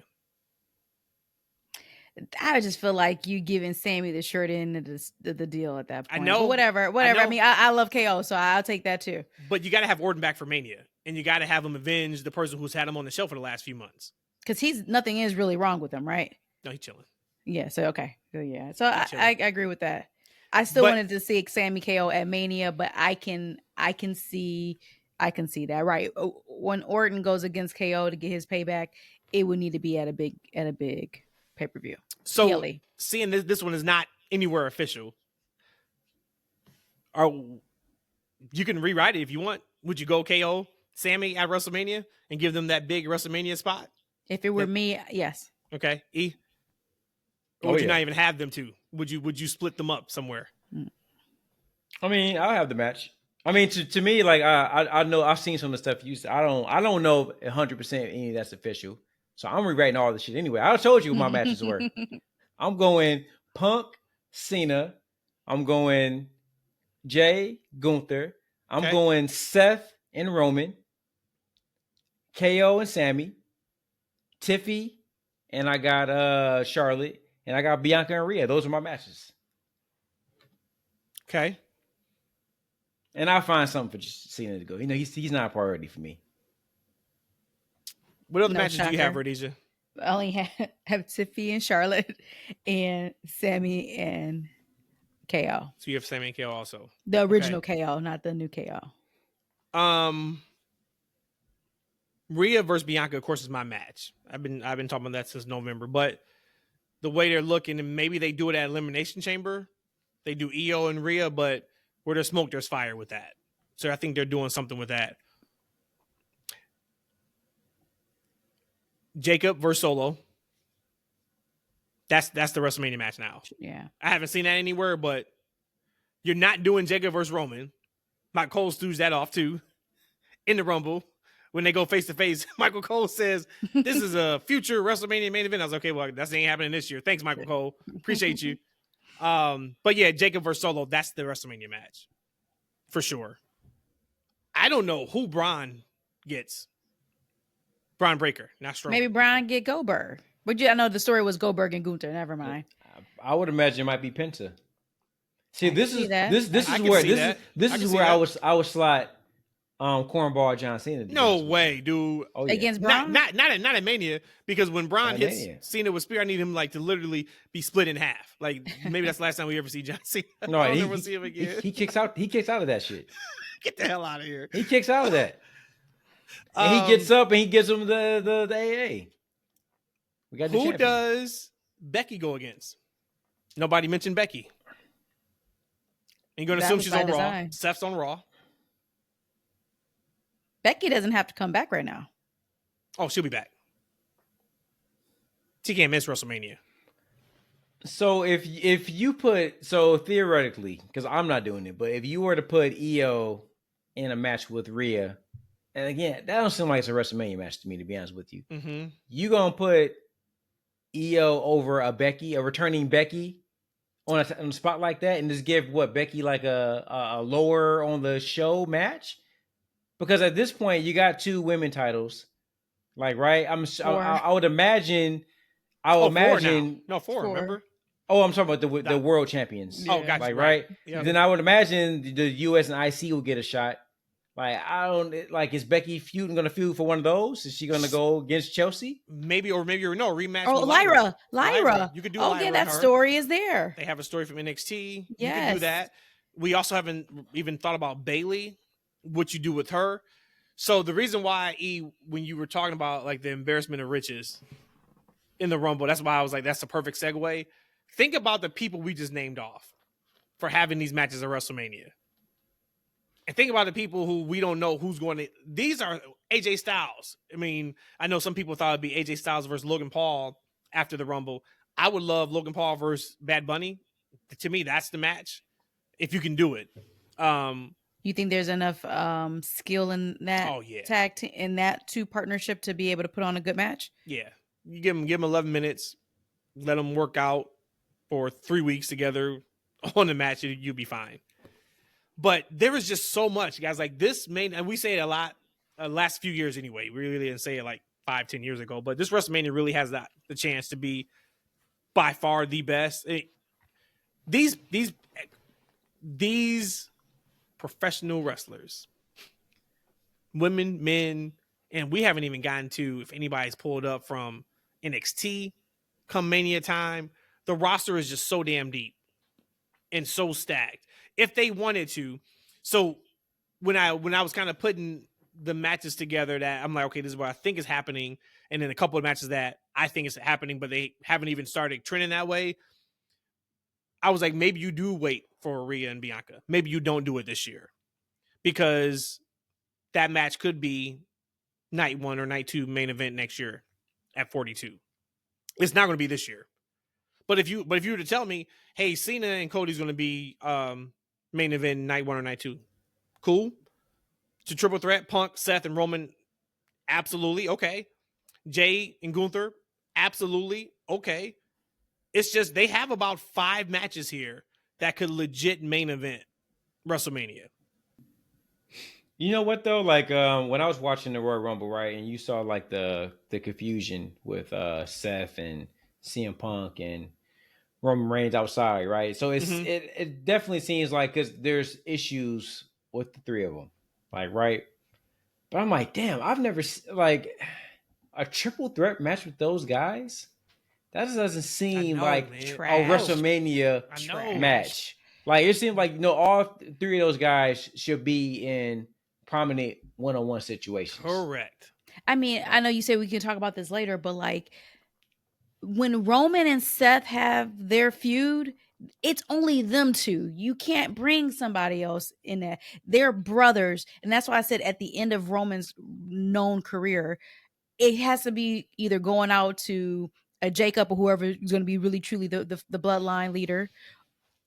Cody, get Cody Roman 3, or Seth. It is already preordained for me in my mind. It has to be one of those 3 people. And of those 3 people, you're going to put them in a triple way? Like, to me, that makes absolutely no sense. There's so much history. Yeah. To put it with Punk. And then I won't be a Punk girl anymore if you do something like that, because you just shitted on a family outside of wrestling story that has gone on 10, 15 years. But you know what, Rhodesia? I mean, all of them have history with each other, right? But I feel like it gets convoluted when there's so much history between the 3. Like, hey, this is his problem with him, but he also has a problem with this guy, but this guy also has a problem with this guy, and like it's so many stories to where it gets convoluted to where like each of those like feuds deserves its own time to tell just between those 2 men, right? Hell, I think. Go ahead. I'm just saying it just seemed like it's just too much. Like to me, because like you guys mentioned, because you guys were super hype a couple years ago, like, oh, we need another Seth Roman match last year. Remember? So at 100%. Yeah, I mean that they have to finish that. So the first time we get these guys back in the ring together is a triple way. Exactly. No trash. But if you're looking at, and you guys are spot on, if you're looking at what's the easiest way to make this work because we don't have The Rock. Because some of this had to be in a holding pattern, because if Dwayne says he can do it, he can do it. Then we got to get to a point where, okay, well, Dwayne's not signing on. We got to make this work. This may be the easiest where you're not hurting other stories. So I am not doubting this is not the easiest path of least resistance. And I'm also not doubting that the build will be great. I'm also not doubting the match will be super fun. But for me, I'm just like, to have Roman Reigns in a triple threat match and to have CM Punk in a triple threat match at WrestleMania, it feels a little bit like a Debbie Downer. It does. And then if that was the case, if we have this, and then we all are saying the same thing here, but if that was the case, then why wouldn't Seth been in the War Games? Why did we have to get Bronson? Like, I like Bronson, but why would we have to get him? If you were only going to be 3 months later to throw him in a triple, or I guess 5 months later, throw him in a triple way. Well, like, to me, that doesn't make sense. Bronson got hurt, so you don't know what the plan was going to be, what that story was going to look like from now to then. That's fair. Point is, though, if Seth was saying, like, listen, I ain't doing anything of that with y'all, like, my thing is with him the next time or whenever I'm with him again, I'm going to handle him. Like, that to me sounds like, okay, somewhere down the line, it is going to be the 2 of them only. not throwing somebody else in there.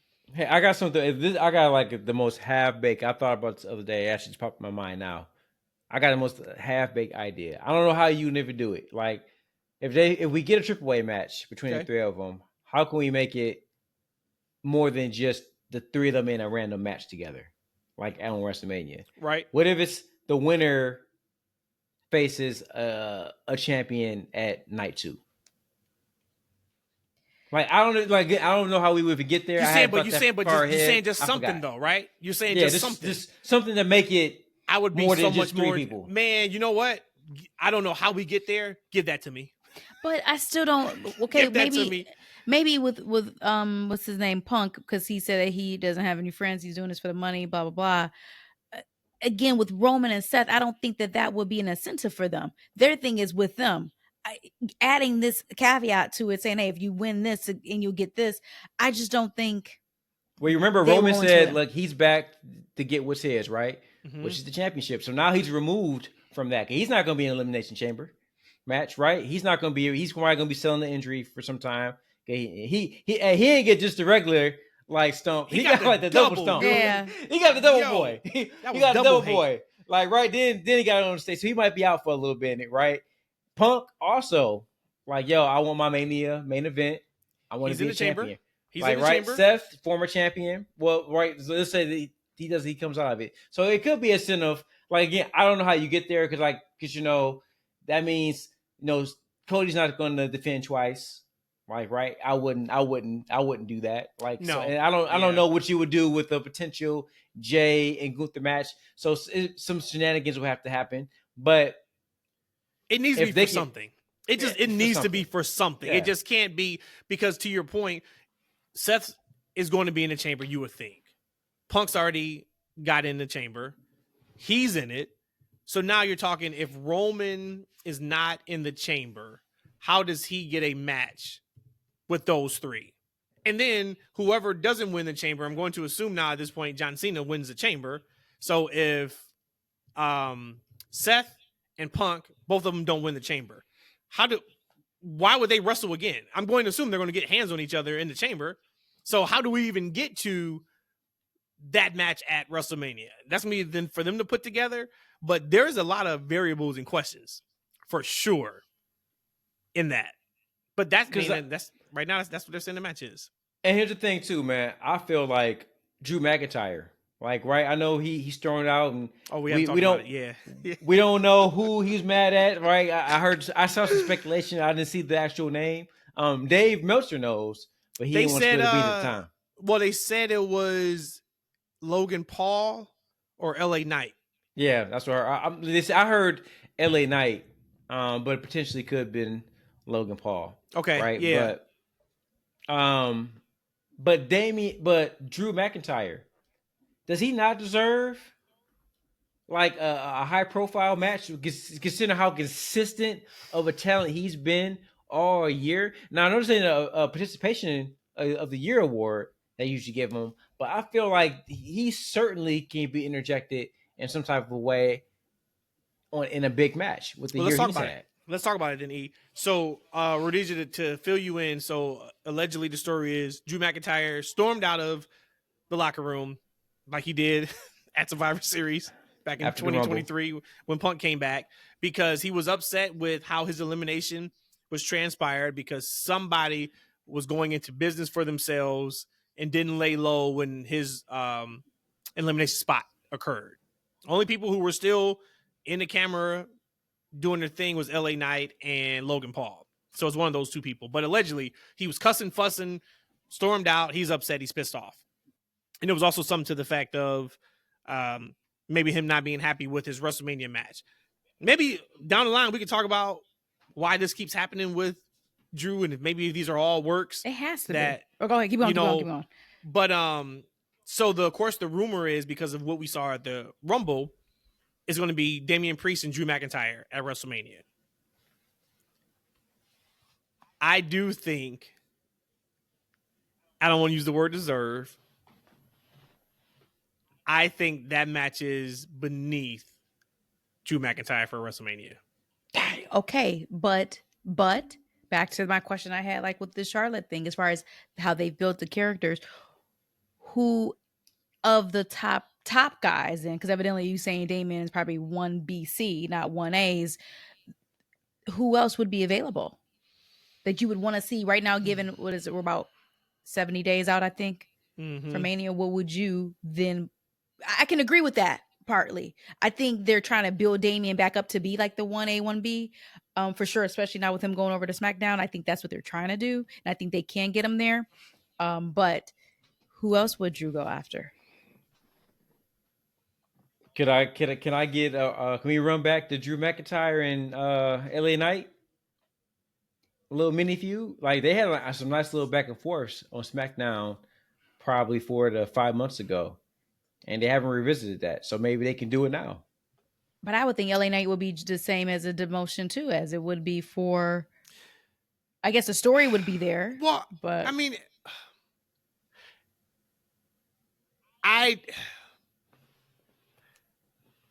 there's still, man, there's still something missing with Damian Priest by himself. There is. And Friday night, and I said it out loud like 3 times, and it made sense when the segment kept going. He comes out to cut the promo, and I said to Rhodesia, I said, why is he talking like that? I remember now. And then he's still talking, and I'm looking down. I'm like, why is he talking like that? Check If I 2 comes out, and I was like, oh, that's why. Try to be hard. He's from the streets. He's gonna be He's from the hard. streets. Yeah. Hard, dog. Hard. But He's from the streets. Hard, dog. But that's the kind of stuff that's missing, right? Like, he was literally shaking before Jacob came out. If you guys don't believe me, go back and watch. Look at his hand with his microphone. He's shaking. So I don't know if they said, like, man, you need to go out there and be the most intimidating you can ever be. Like, his voice, it was just a little off. Like I said, but when Jacob came out, I was like, oh, that's why he's got to match, like, aggression with aggression. But still do it in a way that, to me, comes across as authentic. Yeah. That wasn't authentic to me. Even if you are from the streets, people from the streets don't talk like that. Right. Like, that's just not how it happens. They talk like Big Daddy. Oh my God. Streets. I would even like Priest versus Jacob more than Drew versus Priest. I don't know what you do with Drew, because that SmackDown roster is not, there's nobody on SmackDown right now from a babyface perspective that Drew probably, quote unquote, deserves at a WrestleMania. All the top guys, all the top dogs are spoken for right now. Well, they are. Yeah, I was gonna mention, if you just talking about just a technicality, it would be somebody like a Orton, but he's already wrapped up into something else, or can be wrapped up into something else. But Damien is the next guy in line, right? Former world champion. Has that he's a former world champion. You know, say we won about the title reign. I mean, it makes sense to put them together. But for me, I will give him LA Knight only because I feel like the story would be better. I think the back and forth would be better between the two of them because they shown it. And then two, look, Drew should win, right? Whoever he should be winning, and it'll be easier. It'll make more. It'll be easier for him to beat LA Knight versus Damian Priest losing again. Right, exactly. Like because like I said, for all the reasons you said, Matt, like I kind of feel like Priest can't take any more losses. Like they need to continue to build this man because like he should be when you think about the top guys like we talked about, he should be mentioned, and he's not. Like he's like there's those guys and he's like underneath that. He's underneath. So then what can they do though if you had to? And maybe this goes through WrestleMania. So maybe we're talking a project for 6 to 8 months. And he is so much more over and popular and hitting his stride than he was 6 to 8 months ago. But for us, the three of us, to feel this way about Priest, what can they do? I don't think it's wins. I would even argue to say if like his next feud was with whoever, I don't know, pick anybody, and then he wins the championship on SmackDown, say in May or June. I feel like we still would have a conversation like he's still not the A group. He's still in the B group. I think Damian can absolutely be a group. I think we see it sometimes in the certain towns that they go to, how much of a pop that he'll get. Damian is best served when he is being his authentic self. And maybe it's just time for his look to change. I mean, he has left Judgment Day, but still wears gear that looks like the Judgment Day. Now, if you say Rhodesia, well, then Saw for how he should look. I don't know that. And I don't get paid the bucks to do that and think about that. But maybe just give him a different look. He was a personality down at NXT. Again, nowhere near where he's at now, but we know that he has personality. So I think for him, he probably will be better off being more himself, because like you said, you noticed it right away. I did notice that he was trying to be to match Jacob's energy, but I did as soon as you called it out. So that's like a subconscious thing that's probably planning in our heads that makes him unauthentic. So let him be as true of him as he can be, and maybe change how he's dressed, because when I look at him today, he looks no different than what he looked like when he was in Judgment Day. But I support Damian. I think he is almost already there. Again, look who you competing against. You talking about those last 16 people. I mean, what we talking about here? Baby. True. Absolutely. Cream rise to the top. No, I'm with you on that, Rudy. He still wears a lot of purple. His entrance is very similar to, but I think it's deeper than the surface level of him and his changes look. I feel like it's the character. Like, I think maybe this character has peaked.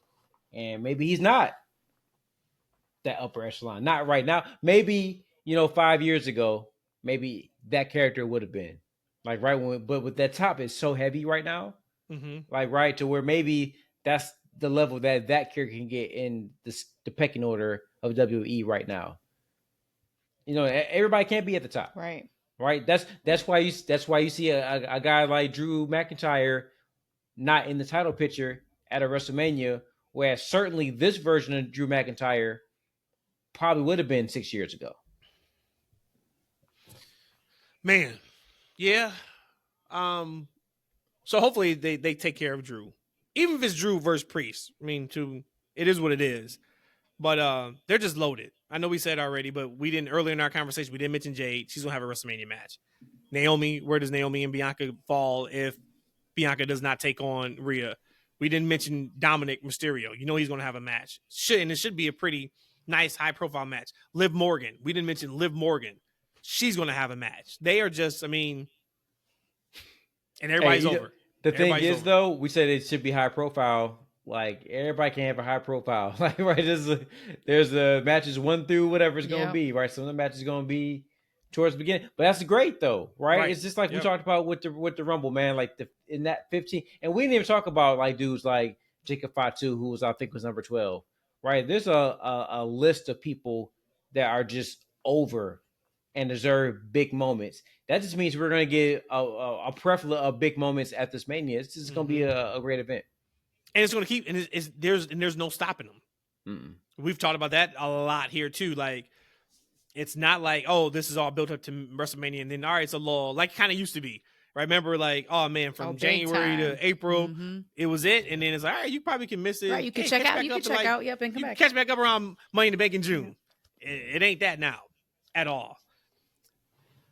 Eternal. Shout out to my guy, Eternal. He sent a fantastic question to us. I'm excited for this one. So, you're going to go first because you are our Cody guy. So I want to hear your answer first. And you have to answer, my good sir. I have a question for the pod, Eternal says. When do you think Cody finally snaps and finally go full Homelander? Let's stop right there because we didn't even get to Cody Rhodes and Kevin Owens. Completely skip past it. Once again, how crazy I was gonna bring this it show up. was. Yep, I was going to bring it up. What a fucking match. My second cigarette was after Cody and KO. That is, them boys went out there, destroyed each other, but did it in a beautiful way where it wasn't 15,000 crazy bumps. It was a handful. They maximized it. It was brutal. And Cody Rhodes, my good sir, you are doing some of your more fine work in blurring the line of staying a babyface. And it seems like we say this once a feud. And I would love if when he finally does turn Homelander, we got to, of course, answer his question. He's not done with the question. For them to show us how the answer's been there all along. Had to feud with AJ Styles. Didn't he hit his ass with a chair or something after his mama told him to do it? So we was like, yo, that's not no babyface. But his mama told him to do it, though. He does this every feud. It is a spot in every single feud that Cody has had where he just kind of does some stuff. You're like, When Cody broke Kevin Owens' neck, Sami Zayn sitting there crying, and Sami Zayn ate that shit on Raw Monday. Beautiful package pile driver. And he double backed with the titles and looked over. Dude. I was like, yo, that's nasty business, Cody Rhodes. Sign me up, man. Give me more of that. I like it. Right. Forget that you broke his neck. Like you said, you came up down that ring, off that ladder. Pose with the belt. You didn't go up the ramp. No, you didn't go up the ramp. Came all the way back. God bless. What a match, man. What a match. We talk about it with KO. I think now KO is 0-5 in championship matches at Royal Rumble. But he makes them work. Like, I guess he did a lot to put that match together from what they said. So Cody gave him a lot of kudos, I guess backstage on it. They work tremendous together. If it's a promo, if it's a match, that was another match where I'm like, hey, I know we got to get to the men's Rumble, but if some reason I can't watch the men's Rumble or they cancel the men's Rumble right now, I'm good. Yeah. And that's saying a lot when the show is the Royal Rumble for me to say, like, I'm good if I don't get to the men's Royal Rumble match. Thoughts on just what we saw with that match? Let's be very clear. I wanted KO to win. I was going all in. KO is winning. This is the opportunity that he can have because it's a gimmick match. He's going to win. When Cody beat him, I popped for Cody. I mean, like, to me, that match was just that good. Not pop because he broke his neck, but because how great that match was. I could not come back and say anything wrong about that match. So in that moment, I'm like, again, bravo to them too. We whooped that boy's ass, as we should. Whoop that boy's ass, man. I tell you guys, there's a little story when we were driving back from that Raw in Atlanta. Mm-hmm. The kids were asking me questions about Cody, and he was like, "Hey, Daddy, are you and Cody friends?" Aww. And so my wife Katrina goes, "Well, your dad like to think so." And I was like, y'all haven't heard the song? Like, what song? I was like, Cody Rhodes and Eshaun are the best of friends. Wow. I'm gonna have a nightmare about that. Wow. Song. That sounds like a horror movie, don't it? Yeah, or like Severance or something like that. Like, I don't know. I guess maybe I'm like sleepy or so whatever. I don't know. That just popped in my mind, man. But it sounds so good at the time, and I sung it such a high note. But but think about it though, real quick. I think that I made the Cody Rhodes that we see. I think I might spawn that, y'all. I think I might spawn that. We were all there in that Dallas WrestleMania with 2015. I feel like that. 15 or 16, one of those. Yep. And I'm gonna post a pic on the site, on the X, on the IG when I met Cody. And I remember walking up to the guy. I'm awkward as hell. He put his hand on my shoulder. He's trying to have a conversation with me. I'm so awkward. I'm like, oh, this guy's talking to me. Like, I don't know what I'm supposed to say to him. So I asked him a question. I said, Cody, and he was Stardust at the time. He wasn't Cody Rhodes. So it was strange that he kind of was doing a signing as Cody Rhodes, and he had been playing Stardust for majority of the years. I said, hey, Cody, when are you gonna come back as just Cody? And so he was signing the autograph, and he stopped, and he looked at the paper, and he looked up at me. Then looked back down the paper, looked back at me again. He said, well, it's not for a lack of trying. Ooh. And so a couple months later, he asked for his release. He was granted. And now we see the Cody Rhodes that we're getting at this Royal Rumble. So I like to say that my conversation with Cody that day, that awkward conversation in 2015, sparked this Cody Rhodes in the run that he's been on So I would like to say, yes, we are friends. He just doesn't know it yet. But back to this match. Great match. We whooped that boy's ass like as we should. Like, there's no way you guys should have went to that match to think that anything other than what happened was supposed to happen. Kevin Owens was destined to be ass up in the air, spread eagle. That was destined to happen. No, you got freaky. You got freaky there. It was 2015, and that was also the year that I met my second love of my life. You probably can't see it. When I met Victor from the Ascension. I met that asshole that same day. I was so mad at him. I was so mad at them. I remember I was standing in line. I'm like, yo. I'm like, anybody come out other than Ascension. Anybody. In my mind, I go, anybody other than Ascension. And outwalk these morons. I'm like, oh, don't ever disrespect my boys like that ever. Oh yeah, don't and ever I literally see. This is how nice of a guy I am, right? I didn't want to see these guys. I didn't like the guys at all. This is shoot. I don't like them. I'm like, man, I should just get out of line and walk out right now. But I was like the second person. Like it's like a big old line of people, and I'm like the second person. It would be so disrespectful if I just get out and walk out of line right now. It would be disrespectful. Yep. So I went up there and I didn't say extra nothing to these motherfuckers. They thought they thought you was starstruck.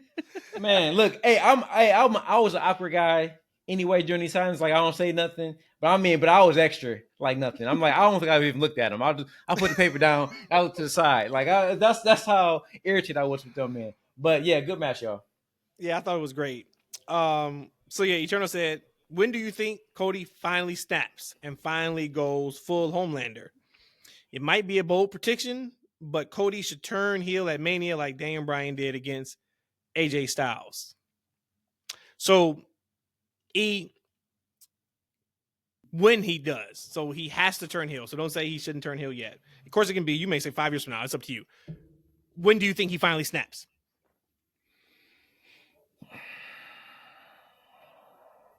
I don't think it's anytime soon. Okay. I think it's just Cody is a very, very, very smart man.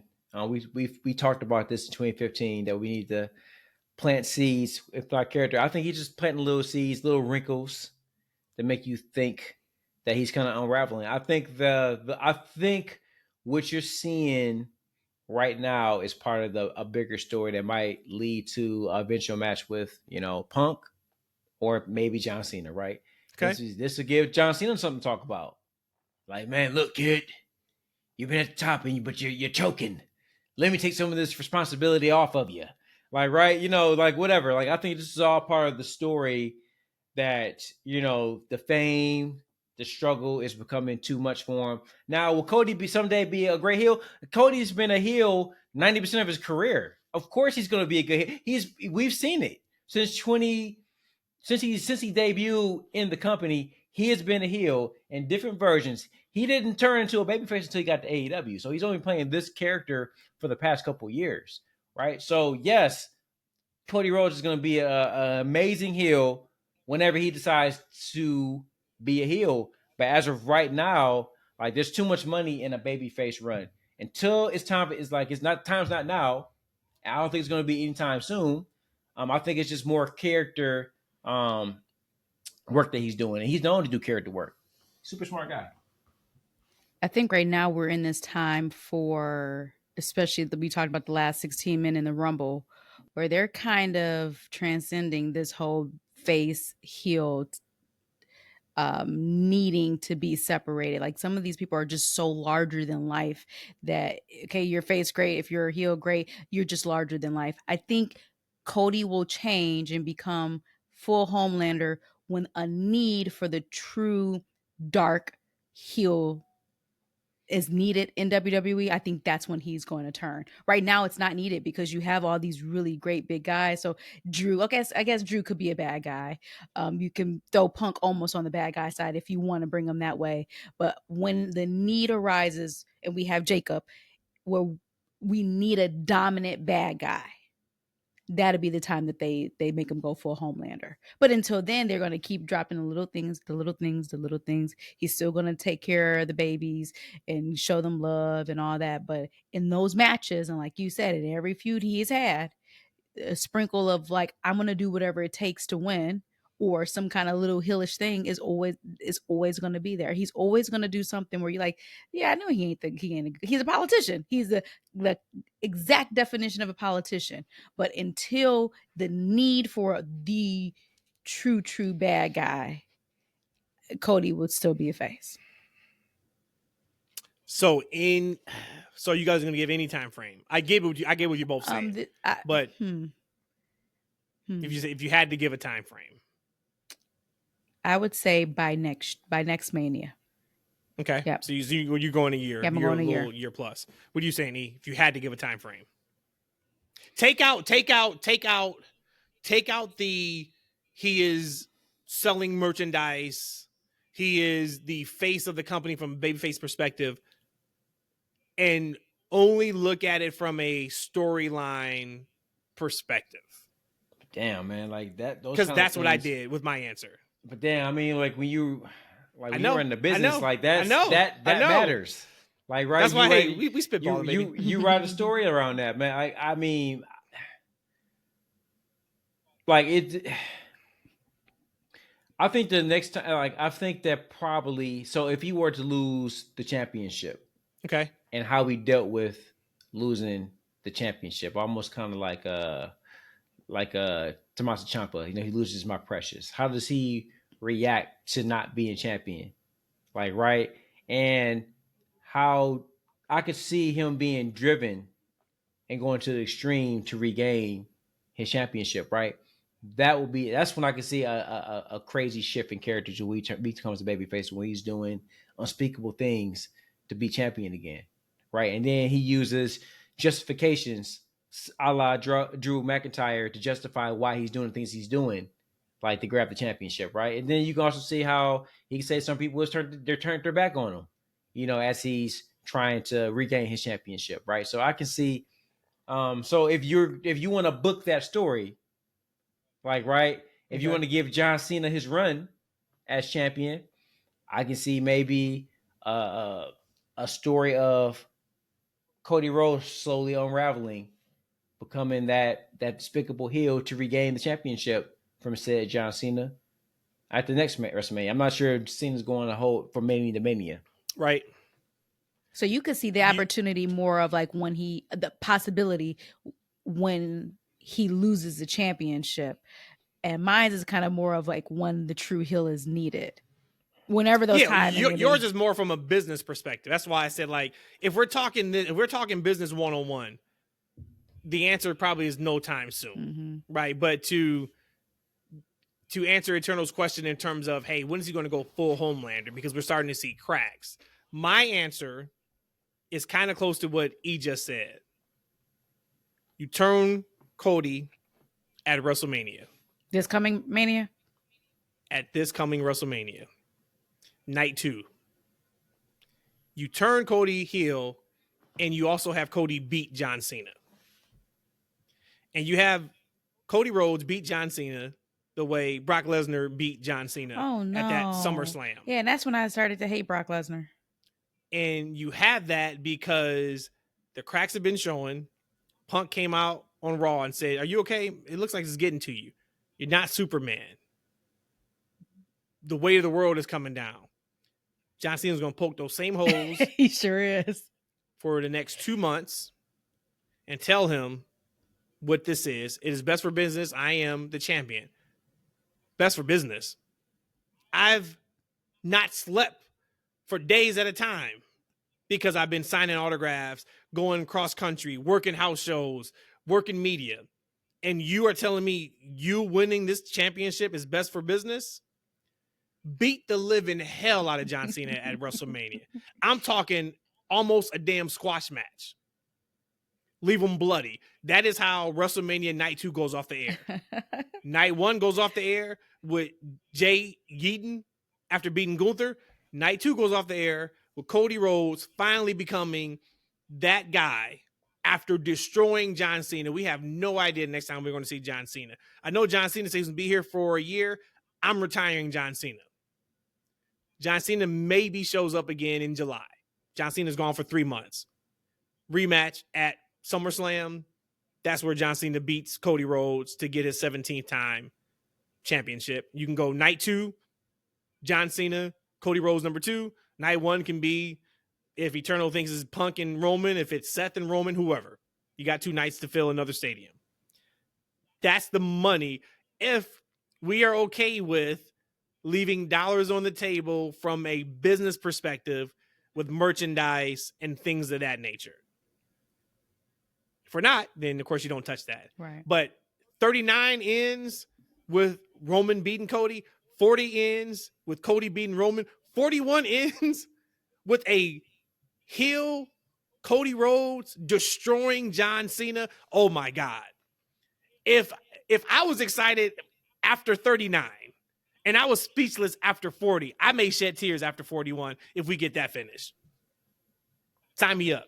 I mean, we know the finish that we should get is that we get Cody Rhodes pinning John Cena with 1 crossroads. You just want to add salt to a wound, don't you? Well, yeah, he can do that because he's been beating his ass for the whole match. And I would love that story of I know you said your little guy would be around all year. I retired him, and then he, like I said, he just shows up in July because I think SummerSlam is in August. It may be in July, whatever. 3 or 4 weeks before the event, massive pop for Cena because he's back.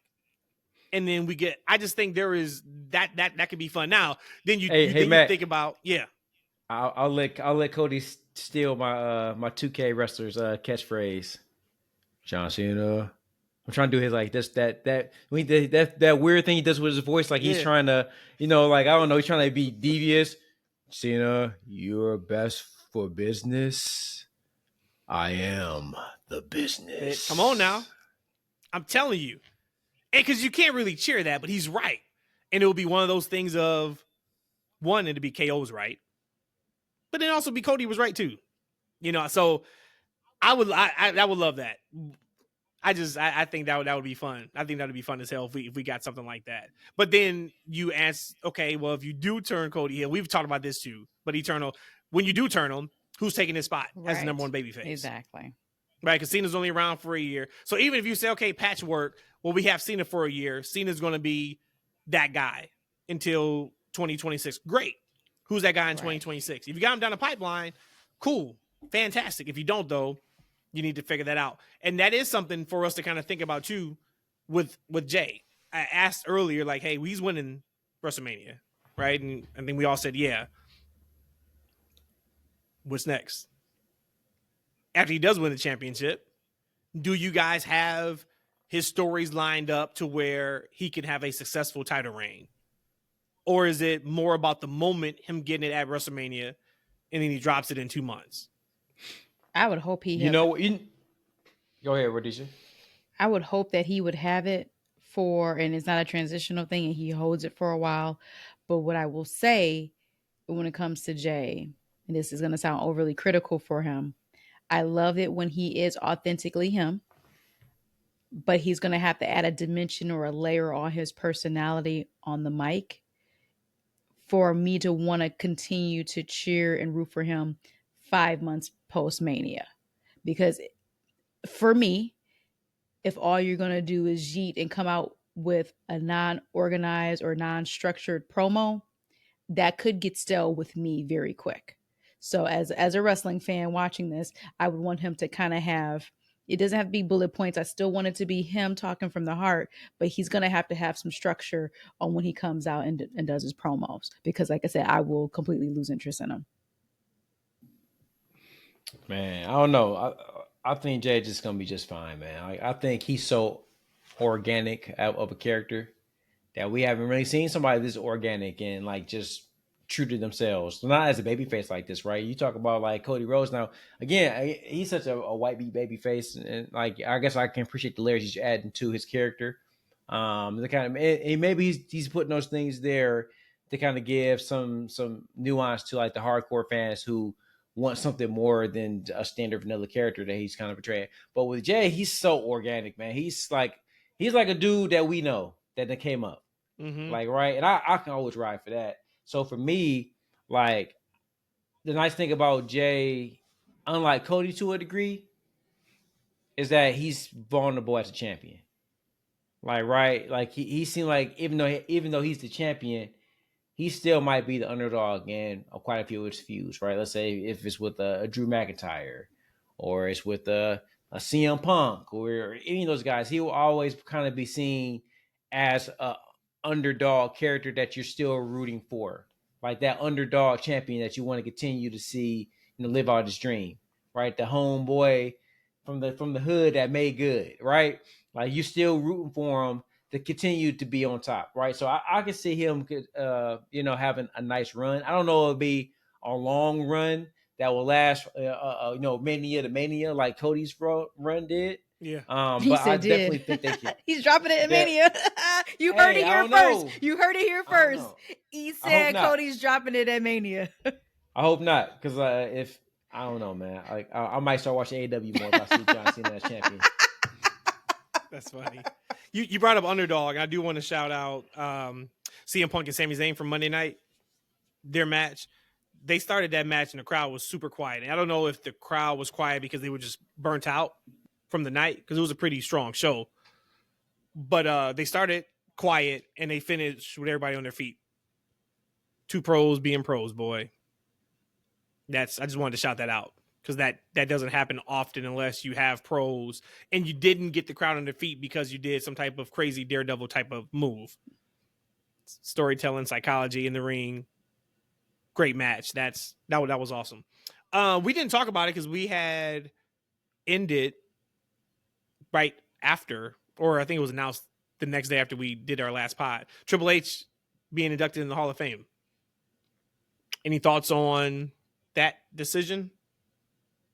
Great timing. I mean, this was a Triple H era, and he tried to pivot because he didn't want the energy all on him. So he calls it the Netflix era.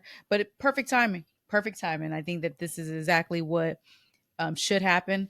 I think maybe he may not agree with this, but I think that he has had when he came back from his quad injury, I believe he had a Hall of Fame career even after that. So he's already inducted through DX, but I do believe that Triple H deserved to be in the Hall of Fame by himself. And this would be the perfect time to do it.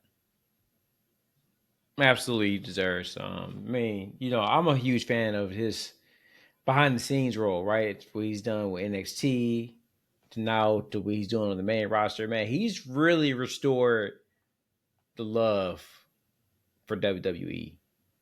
Like, right, like he's like the opposite of Vince in every way, and you can tell he learned the right things from him, though, right? Mm-hmm. How to build a business and how to build stars, etc. But he also learned some of the things he did wrong. He actually, you can tell he probably listens to other people. You know what I'm saying? As far as like, right, he's not just like, hey, he said it. He's like, hey, look, probably if everything was about my taste, we wouldn't see some of the things you see on the show, right? But I understand that I'm an older person. I don't get everything. I don't have all the ideas. So people bring me things, we talk about, we discuss, and we do what's best for business, regardless if I see it or not. Right? Where Vince wouldn't like that. Vince was like, yo, I can't see it. Yep. So if I can't see it, I ain't touching it. Like, right? And your old ass is 90 years old. You can't see nothing, brother. You still right in the 80s, and we're not in the 80s no more, right? So from a creative standpoint there, from the wrestling standpoint, man, he was not my favorite wrestler at all. Like, right, but I do respect his career.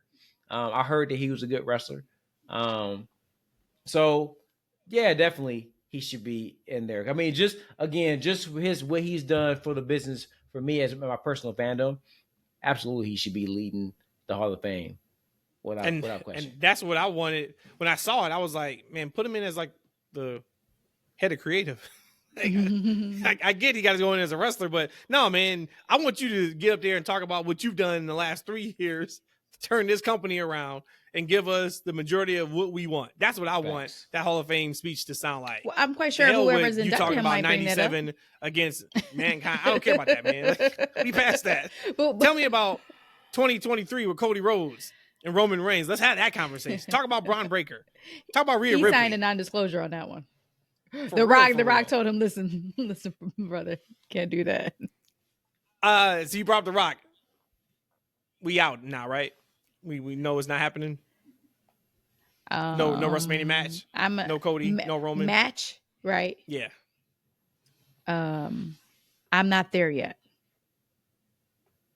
I don't think so, man. And it kind of feels like, man, what a missed opportunity, because it seemed like this whole bloodline story, like I don't know when they decided, because I'm under the assumption he's not going to be there, and it kind of makes sense if you see how the bloodline storylines are kind of starting to break off. Yeah. All right, and it kind of makes, because like it's not like they just kind of dropped him out of nowhere, right? And once these bloodline storylines dissolve, I don't see how you kind of pivot back to the Rock and Roman. I think this was the perfect year for them to get back and have that match that we talked about. I think this year more so than last year. Like, obviously the Cody thing, it was better for Cody and Roman to finish the story, but through that build, we got a fantastic opportunity to tell a story this year with the final boss character and The Rock fighting over that, the family honor or whatever it's going to be. I don't know how you circle back to that end of the year with Rock going from, he's almost damn near 60 years old. Like, right? How long can he continue to look the way he look and be able to perform at a high level against, a Roman Reigns? Shame. And as how I kind of started the show, because we kind of ended where I said they got us. It's all in our heads. Nothing they've shown us has been Rock is showing up to WrestleMania, and hell, even more than that, Rock is wrestling Roman Reigns. They've done the complete opposite. And we still was holding on to hope. And that's the other part too, Rhodesia, I think, is the reason why people didn't like Jey Uso winning. I think a lot of people were holding out hope Rock would have came in at number 31 because he's on the board, so he can come in and win it, which would have been even crazier. Like, so you telling me that The Rock in the year 2025 can put on a better match than Jey Uso? Don't think so. Or even that, but you can hate on Charlotte for winning, but The Rock can come in, right? But I just realized the 1, 2, 3 probably was just a him being clairvoyant for this WrestleMania of the triple way we're gonna get. You're not gonna see me. Could have been. This is the triple way. Could have been. But I said when it happened, man, we not getting a follow-up anytime soon on that. He was in town, and that was what he wanted to do. But yeah, I don't think it's happening. And if it does happen, I'm hoping it doesn't. I'm at a point now with what they've kind of already said. As much as I don't want this triple threat match with Punk, Roman, and Seth, I would much rather have that than him call up Paul tomorrow and say, "Hey, I'm in for WrestleMania," and they got to reshuffle. Wait, no. Numerous matches. I ain't agreeing with that. So you're saying we take the triple way, or we take Rock inserting himself into this to Mania? I would take Rock inserting himself into Mania over the triple way. I would take actually probably anything over the triple way. Well, but okay. So where does that leave Punk and Seth? You're not going. Well, I mean, I guess you could do. Punk. You could do them too. Punk and Seth. Oh, yeah. You could do Punk and Seth. Punk and Seth. Or throw Drew in that. Say Drew and you didn't want Damian. We already had triple way. I know. Hey, look, another triple way. Spin the block, pal. Spin the Drew block. really gonna walk out the company at that point. Yep. Was there anything else we need to hit on? I mean, there was a lot we left on the table, but we gave y'all 10 at this point, 2 hours and 12 minutes. Is there anything that we've missed that y'all are passionate about that we got to hit before we get out of here? Hey, I do want real quick. New Day, that music hit. I like it. That music hit. It hit. Yeah. It hit. I like it. I do. I like that. I like their look. I like their swag, which we knew we were going to get some good stuff from them as a heel, but I'm in, man. I'm into them. I also am seeing week by week, and I'm hearing it week by week. Karrion Kross. Mm-hmm. He showed up on camera on Monday night. He got a nice little reaction from the crowd, and I'm seeing stuff online about him. Mm-hmm. So that's working. I don't care if he never wrestled another match. Just continue to be the shit talker, shit starter, backstage. Instigator. Yep. Actually, I knew. I asked from that. He popped up on that. Oh, I know Matt like this. He's doing a bit. He's doing a good job too. Hey, what y'all think about that? Penta, they gave that boy a microphone again. Hey, see, they pulled it too. No, what happened? So he got on the mic last night. He was about to, and then he got jumped. but it was funny. He listened to the TMW podcast. Yeah, I was like, dude, no. It was like slow motion. No. Yep. And that's what it was like. I'm like, all right, here we go. I'm like, oh. Damn. I'm excited for Kaiser, man. Like, I think he's gonna be a big deal when it's all said and done. He's he's got it all. I can see that. But he's in the next wave, right? He's in the new generation. He's not young, but he's going to be after what we have in that 16 through 30. He's going to come after them. Yep. You know what I wouldn't mind seeing? I wouldn't mind seeing Chad Gable and AJ Styles. Just give them 12 minutes That'd be and fun. say, just go out there and wrestle. Right? Like, I don't need a massive build for it. Yeah. Just go out there. Who's a better wrestler? I think those two, they're both on Raw. That's why I thought about it. I think those two would have a really fantastic match. Yeah. And I'm here for this AJ run. I think this may be one of the last runs we get from him. So I was kind of hating on him. Last time I'm like, oh, I don't want to see him. I don't want to see him with a champion. I'm kind of over it. But I'm going to appreciate him this go around. For sure. Y'all got anything else? Are we finished or are we done? Both. BOFUM. BOFUM? All right. Let me make sure there is nothing else. Because I thought it was one more thing I wanted to ask you guys. We talked about Mania matches. We talked about Cena. We talked about Cody. We talked about Jey, of course. I got one last just kind of fun thing. What's worse?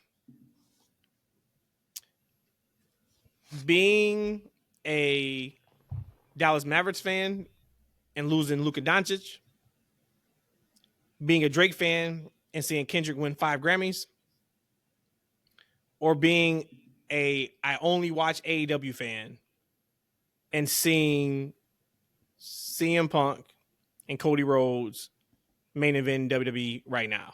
That should have been our code open. Or that could be our next code open. This is a good one. I feel like if you're an AEW fan, you ain't want Punk and seeing you, like, you've already conditioned yourself that you don't need Punk and Cody anyway, right? So for me, I feel like if you I think you the Drake fans. I was about to say this is easy as the easiest thing ever. Absolutely, it's Drake fans, and then too, like, hey, I can't wait to Drake sue the Grammys.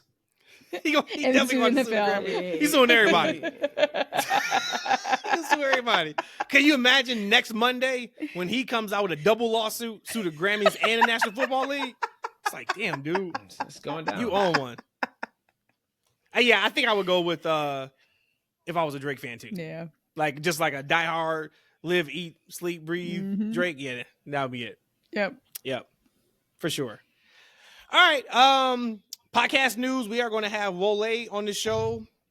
Is that next week or is that next 2 week? weeks? Next week. So shout out to our guy. You guys always hear us talking about Wole. You get to put a face with the name and a voice with the name. So that is next week. In a couple weeks, we're going to have Backstage Brawl on the podcast. If you guys are on Twitter, I'm sure you've probably seen some of their stuff. So we got some fun stuff happening, and we're also going to be guest spots on some podcasts as well. I will get you guys the dates, I think, because I don't know exactly, not in front of me, what the dates are. So I don't want to mess the dates up or the names and all that. So we'll get all that information out to you guys next week so you guys can follow those podcasts, get along. So we moving and shaking out here in these streets, right? So you guys know the deal, man. Like, subscribe. What else you got to do? Comment. All that kind of good stuff. And tell a friend to tell a friend. Best Kept Secret Wrestling Podcast, baby. We'll be back next week. Love y'all. Peace.